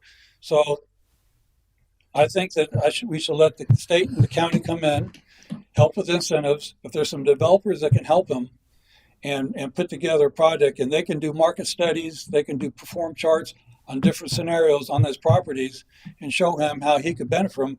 Maybe he's not interested, but maybe he is interested. I think he should listen to those people and see what they have to offer, and we can see how we can simply kind of step out of the way and protect the business owners and property owners that are there now. That's also my goal. I want them, they're struggling. They shouldn't be struggling where they're at. That property is like gold, and they should not have to struggle. And they want this. And this meeting too. Somebody's dropped $8 million on it. If we just let happen what's happening right now, okay, Brian's not by himself. He's got other people that are very successful business people. These are not people that are just got their heads in the private investors right now, okay, but they've got people that have common sense and lots of money, and people with money solve problems. And right now, the restaurants you're saying are hurting down there. When this thing goes up and it gets built, their restaurants are going to boom. That whole area is going to boom. So if we, instead of us jumping in there and saying, Mr. Burke, you need to go do this or you need to go do that, we should be incentivizing somehow Mr. Burke to get off the ground so we get that whole thing started. That's what I'm trying to do. Yeah, but the way you're saying it, it's like you're like trying to force Mr. Burke's nose to the grindstone. I'm not forcing him at all. I'm just offering suggestions like and options that he should listen to. But he does listen. He's probably listening to us right now. He's been in here before. You know, some of the folks that you're talking about, from what I understand, you know, he doesn't want to jump in with those people. He's got his own game plan. What he's doing right now. I don't know. Who are you talking with, Bob? Pasco County and EDC and commissioners, the state of Florida, as developers. I'm talking about major hotel and condo developers that are interested in. I mean, here's the only thing I'm thinking. I love the fact you're thinking outside the box, but we have a bird in hand. You know what I mean? It's like a bird in hand versus two in the bush. You know, we got a bird in hand. We're holding it right there, and they're tearing up the crappy trailer park right now to make it leveled out to get it, you know, conceptually ready to go for a project they're going to present to us.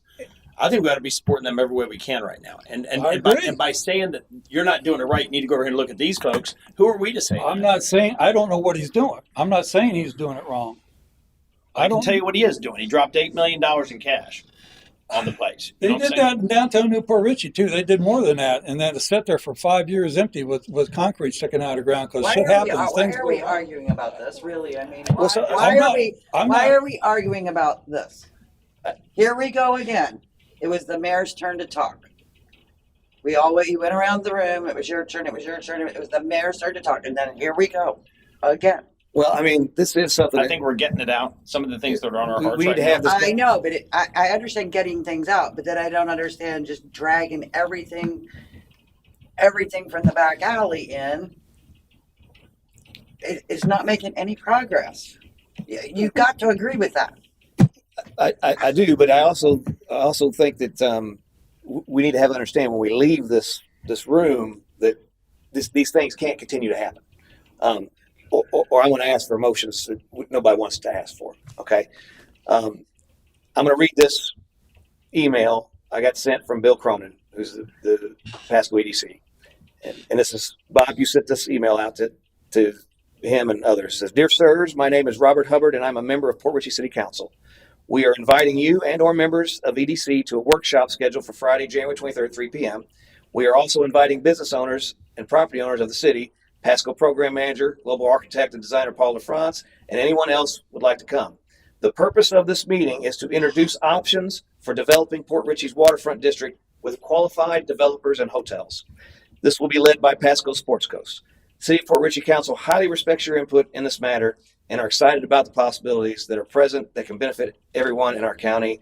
Thanks, Bob Hubbard, Port Richey City Council." Now, I don't recall ever discussing about this email going out, and you're basically representing City Council on these things that we're going to develop Port Richey's waterfront with qualified developers and hotels. I had mentioned that to you before I did that, though. And do you also know, Bob, that Bill Cronin, who individuals I've met and respect, sent that to me and said, FYI, I can send my VP, Tom Ryan, who is familiar with Ryan Burke's project. I'll be traveling on this day. I had a conversation with Bill when I was asked by Christina about reaching out with Pasco EDC involved in this, and they were not. And so, again, what I brought up last meeting is you seem to have this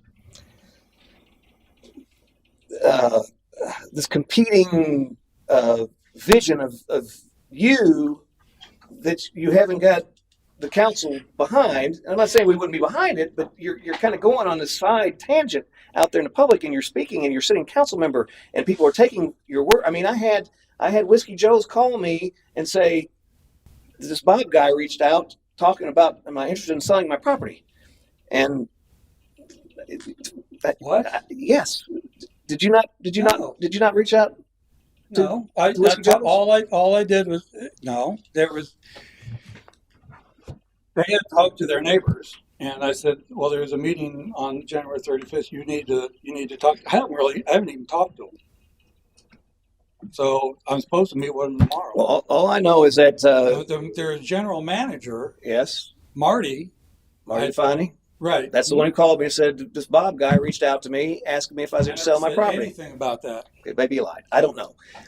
Well, I know That's Tim all Lowe I got upset at a phone call you made him. What's that? Tim Lowe got really pissed at. He called me up and he's all pissed off at me. Because I asked him if he was interested in selling his property. No, because you called people and said his property was for sale without talking to him. I didn't say his property for sale. That's what he told me. When I called, you didn't. You told I was people. I was in Andy's office because Andy told me, he asked me, is Catches interested in selling their property? And I said I hadn't heard of that. Talked to Mike and Tim all the time. So I think I called Mike, maybe Tim. I don't remember who it was. One of them. And I said, "You guys interested in selling property?" Well, what the answer was like, no, but obviously if somebody came with an offer, we would entertain it or whatever. And I said, well, because I had not heard anything about it. And it all stems that you and your team of individuals are out there trying to put together a deal. Yeah, I was with Ed, and Andy told me to talk to Mike and Tim Lowe about meeting up with people he already met with. You met with I don't even know the Lowe's. I know you don't.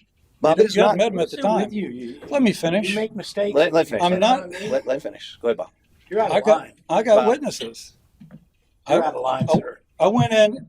Did you not meet with Ed Com and me? I met with Ed Com and you and right. Adam and Consuelo. And we met with some people from Pasco County and some referrals, and I brought them to you right from the get-go. I didn't meet with anybody from Pasco County. No. I told you, I introduced you to him later, but at the time, you told me, first you asked me to show her around the property, which I did, but you said, ask Mike and Tim Lowe if they're You interested set in. it up to take her, and you had her in my office for a few minutes, and then you took her for a drive around the property. I did. Why do you keep taking your mistakes and trying to put them on me? Andy, You're out of line, sir. Andy, you know this because I know exactly that. I'm telling the truth. Ed and was you continue with me to the try to whole cover time. Your backside by Ed blaming was me for your mistakes. Andy, Ed was with me the whole time. I went Bring in your it meeting Ed. and you Bring asked it me to on. go talk to Tim if they wanted to have a Zoom meeting, which you set the Zoom meeting up with I them. did not. I joined a Zoom meeting that I was invited to. I didn't set up a Zoom Okay. meeting. And I did part of it, and then I had to jump All on right. and go to Well, another meeting. you, I don't know. Well, you keep saying things that aren't true. Quorum. That Ed, Andy, maybe the other person set up. You said you were going to set up the Zoom meeting. Maybe she set the Zoom meeting up, but you it's participated not in maybe. it. You keep casting aspersions on me. That's not the point. I did not set up the Zoom meeting. I Either joined it way, at your request. I went and then over I to jumped talk off. to Tim. I can't work like this. Yeah, okay. No, just let me finish for a Out minute. of line. Because I've been listening to you guys talk. I went over and I talked to Tim with Ed. And I explained to him what we were doing and that I talked to Andy about this. And if they were interested in meeting these people that were interested in developing the waterfront property, and they were. They're very much interested in developing waterfront property. So Tim says, absolutely. So Tim and Mike and Andy and the other person and myself did a Zoom meeting. Well, 2 days after I talked to Tim had told me, he says, yeah, whatever it takes. He says, I'm willing to either buy a parcel, sell a parcel, provide parking, because we really need to do something. I can't do what I plan to do. So this would be great. And they're still excited about doing it, especially after talking to everybody. Called me up 2 days later. And he was pissed. And I've never heard Tim pissed off. He says, Bob, don't tell people that my property's for sale. And I asked you about that like the day after. I says, I didn't. And Ed was with me, and he knows Ed doesn't know any of these people. I says, I didn't talk to anybody. I says, what makes you think these people think your property's for sale? He says, well, the mayor told them. That's what he told me. The mayor asked him, is his property for sale? Because it was brought to my attention that there was some stuff going on. That's what he told me. I didn't sell anybody. See, this is and I didn't tell Whiskey River that the and this is the property was for reason sale. why I'm going to ask, please stop with all this, whatever's going on. It needs to stop. It needs to stop today because things are spiraling out of control here. And we've got you going off on your tangent. We've got, again, like I talked about, we got real developers that have bought real property for real money that are actually doing something. And you're out trying to conjure up some other construct that's it's not our place to do that, Bob. I can't work with you except in here and in the meetings. When I talk to you guys, I explain this thing for a couple months, and somehow I get interrupted. And Chris has told me I really want to see this. I know Lisa wants to see this. Christine's got a lot of interest in it, and I've been trying to facilitate. All I'm trying to do is see if the people want to develop this, and I know that Pasco County can help with this, and I want to see who else is interested in helping with this project. And that's all I've been doing. I haven't been doing anything underhanded at all. I've been doing my job. And that's why I bring it here to the meeting every chance I can get and explain it to you. And I told you I got a workshop. If I have a workshop so you guys can see all this stuff, the last meeting we're going to have the workshop. So they can understand what's going on. And I haven't been going out trying to sell anything. And I've never asked anybody to sell their property, ever. Well, no, it's what he says is he asked if I was interested in selling my property. What I did tell Marty was, I said, there is a possibility. I mean, some people might be interested in that parcel. You paid a lot of money for parking. Maybe you can recover that money if you're guaranteed parking. I said, there's a lot of possibilities. That's one thing I mentioned to him. I didn't say nothing about selling the property. Are you a real estate broker? No, I'm not a real estate broker. You're a city councilman, right? Right. So why are you out there trying to make real estate deals? I'm not trying to make real estate deals. I'm just telling them that there's a lot of possibilities for developing this stuff. Well, and he last said, I checked, the city owns a third of an acre. How can we benefit from it? And I said, well, there's a lot of ways, and that was one way you could do that. Well, let's just do this. We don't need to beat the horse to death. We have a workshop. We're going to all hear what all these people have to say, but please don't comment on Facebook and say things that aren't true. I comment probably less than anybody. Well, that's true, but yeah, the ones you do are powerful. Let me tell you. If I upset Ryan Burke, I apologize. But I mean, $4.5 million was mentioned, and that just scared the bejesus out of me. A lot of people were concerned. Well, if anything that comes and I up that didn't you haven't, mention anything to anybody about being belligerent about anybody. I just, especially around Burke, because I ultimately want him to be extremely successful, and I appreciate his project going on down there.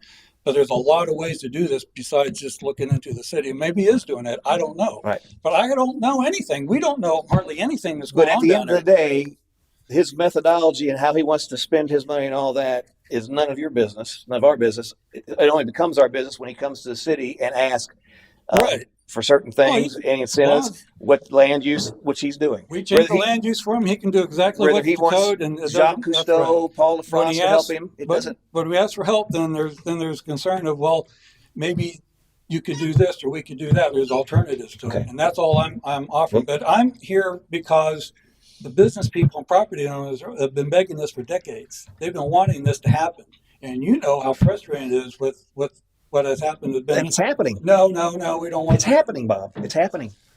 It's happening. I don't know where you've been, but it's happening. I mean, that property was on the tax roll for $1.4 million. It's sold for $8 million almost. It's happening. They're bulldozing over there literally today. I watched them. I was over there. So please, just let's have the workshop again. And I think it's all water under the bridge at this point. But you know, when I saw that comment out there, after we already had these conversations, it just blew my mind. And I wanted to make sure the public understood that there's no, we're not going to write a $4.5 million check. As a matter of fact, the ask that came in at 75% tax abatement over the course of 15 years, I was like, that's a hard no. that council would never prove. Council would never prove that. I would never prove it, but it doesn't matter to me. Maybe you guys would. But I told them up front, I said, the residents, they'd never prove that. Okay. So it's a conversation about what we can do to help if we want to, and we're going to all talk about it. And I'm behind 100%. And maybe he's got developers smarter than any of these people. That's great. I don't know. Maybe he doesn't. Maybe he'll appreciate some of these people he hasn't met yet. Maybe he will. But I don't know. But not our role to push that on people. No, I'm not pushing on nothing. I'm just saying it's good to listen to people. That's all. We're gonna listen to them on the 23rd, and we'll have that public meeting. So I apologize that we've ran over, but we really had a conversation because things were. And again, Bob, I just want you to reiterate: you're my friend, love you to death. This is not something I wanted to do, but we need to make sure that when we speak, you're well intentioned. You have a big heart. Well, so just be careful because we don't want somebody to take that information like what, and then it spin out of control. Like I said, Tim Lowe was pissed off at me over nothing, and then he was blaming you. But you said you didn't do nothing either. So you know what I mean? I was asking what I heard, if it's true or not, and well, you can ask him. Yeah, well, and I heard that, and that's so. And like Marty's supposed to meet with me. I don't know. I don't know why he thought I was trying to sell his property because I wasn't. And I mean, I didn't even mention it. So, but see, people sometimes take things out. They do. That's why we have to be very careful. That's exactly right. We got to be very careful what we say because we're elected officials, and individually, when we say something, people say, "Well, I heard that from Bob Hubbard. He's councilman, right?" Right. And so, well, and I wish that everybody understood some of the conversation. That's all I'm bringing into the meeting because it's hard because essentially it's hard to get stuff done. It is. But like I said, we'll have it on the 23rd. Hopefully everybody will be able to make that. Good. And that's all I have. So make a motion to adjourn. Second. Have motion second. All in favor, by saying aye. Aye. Aye. Adjourn.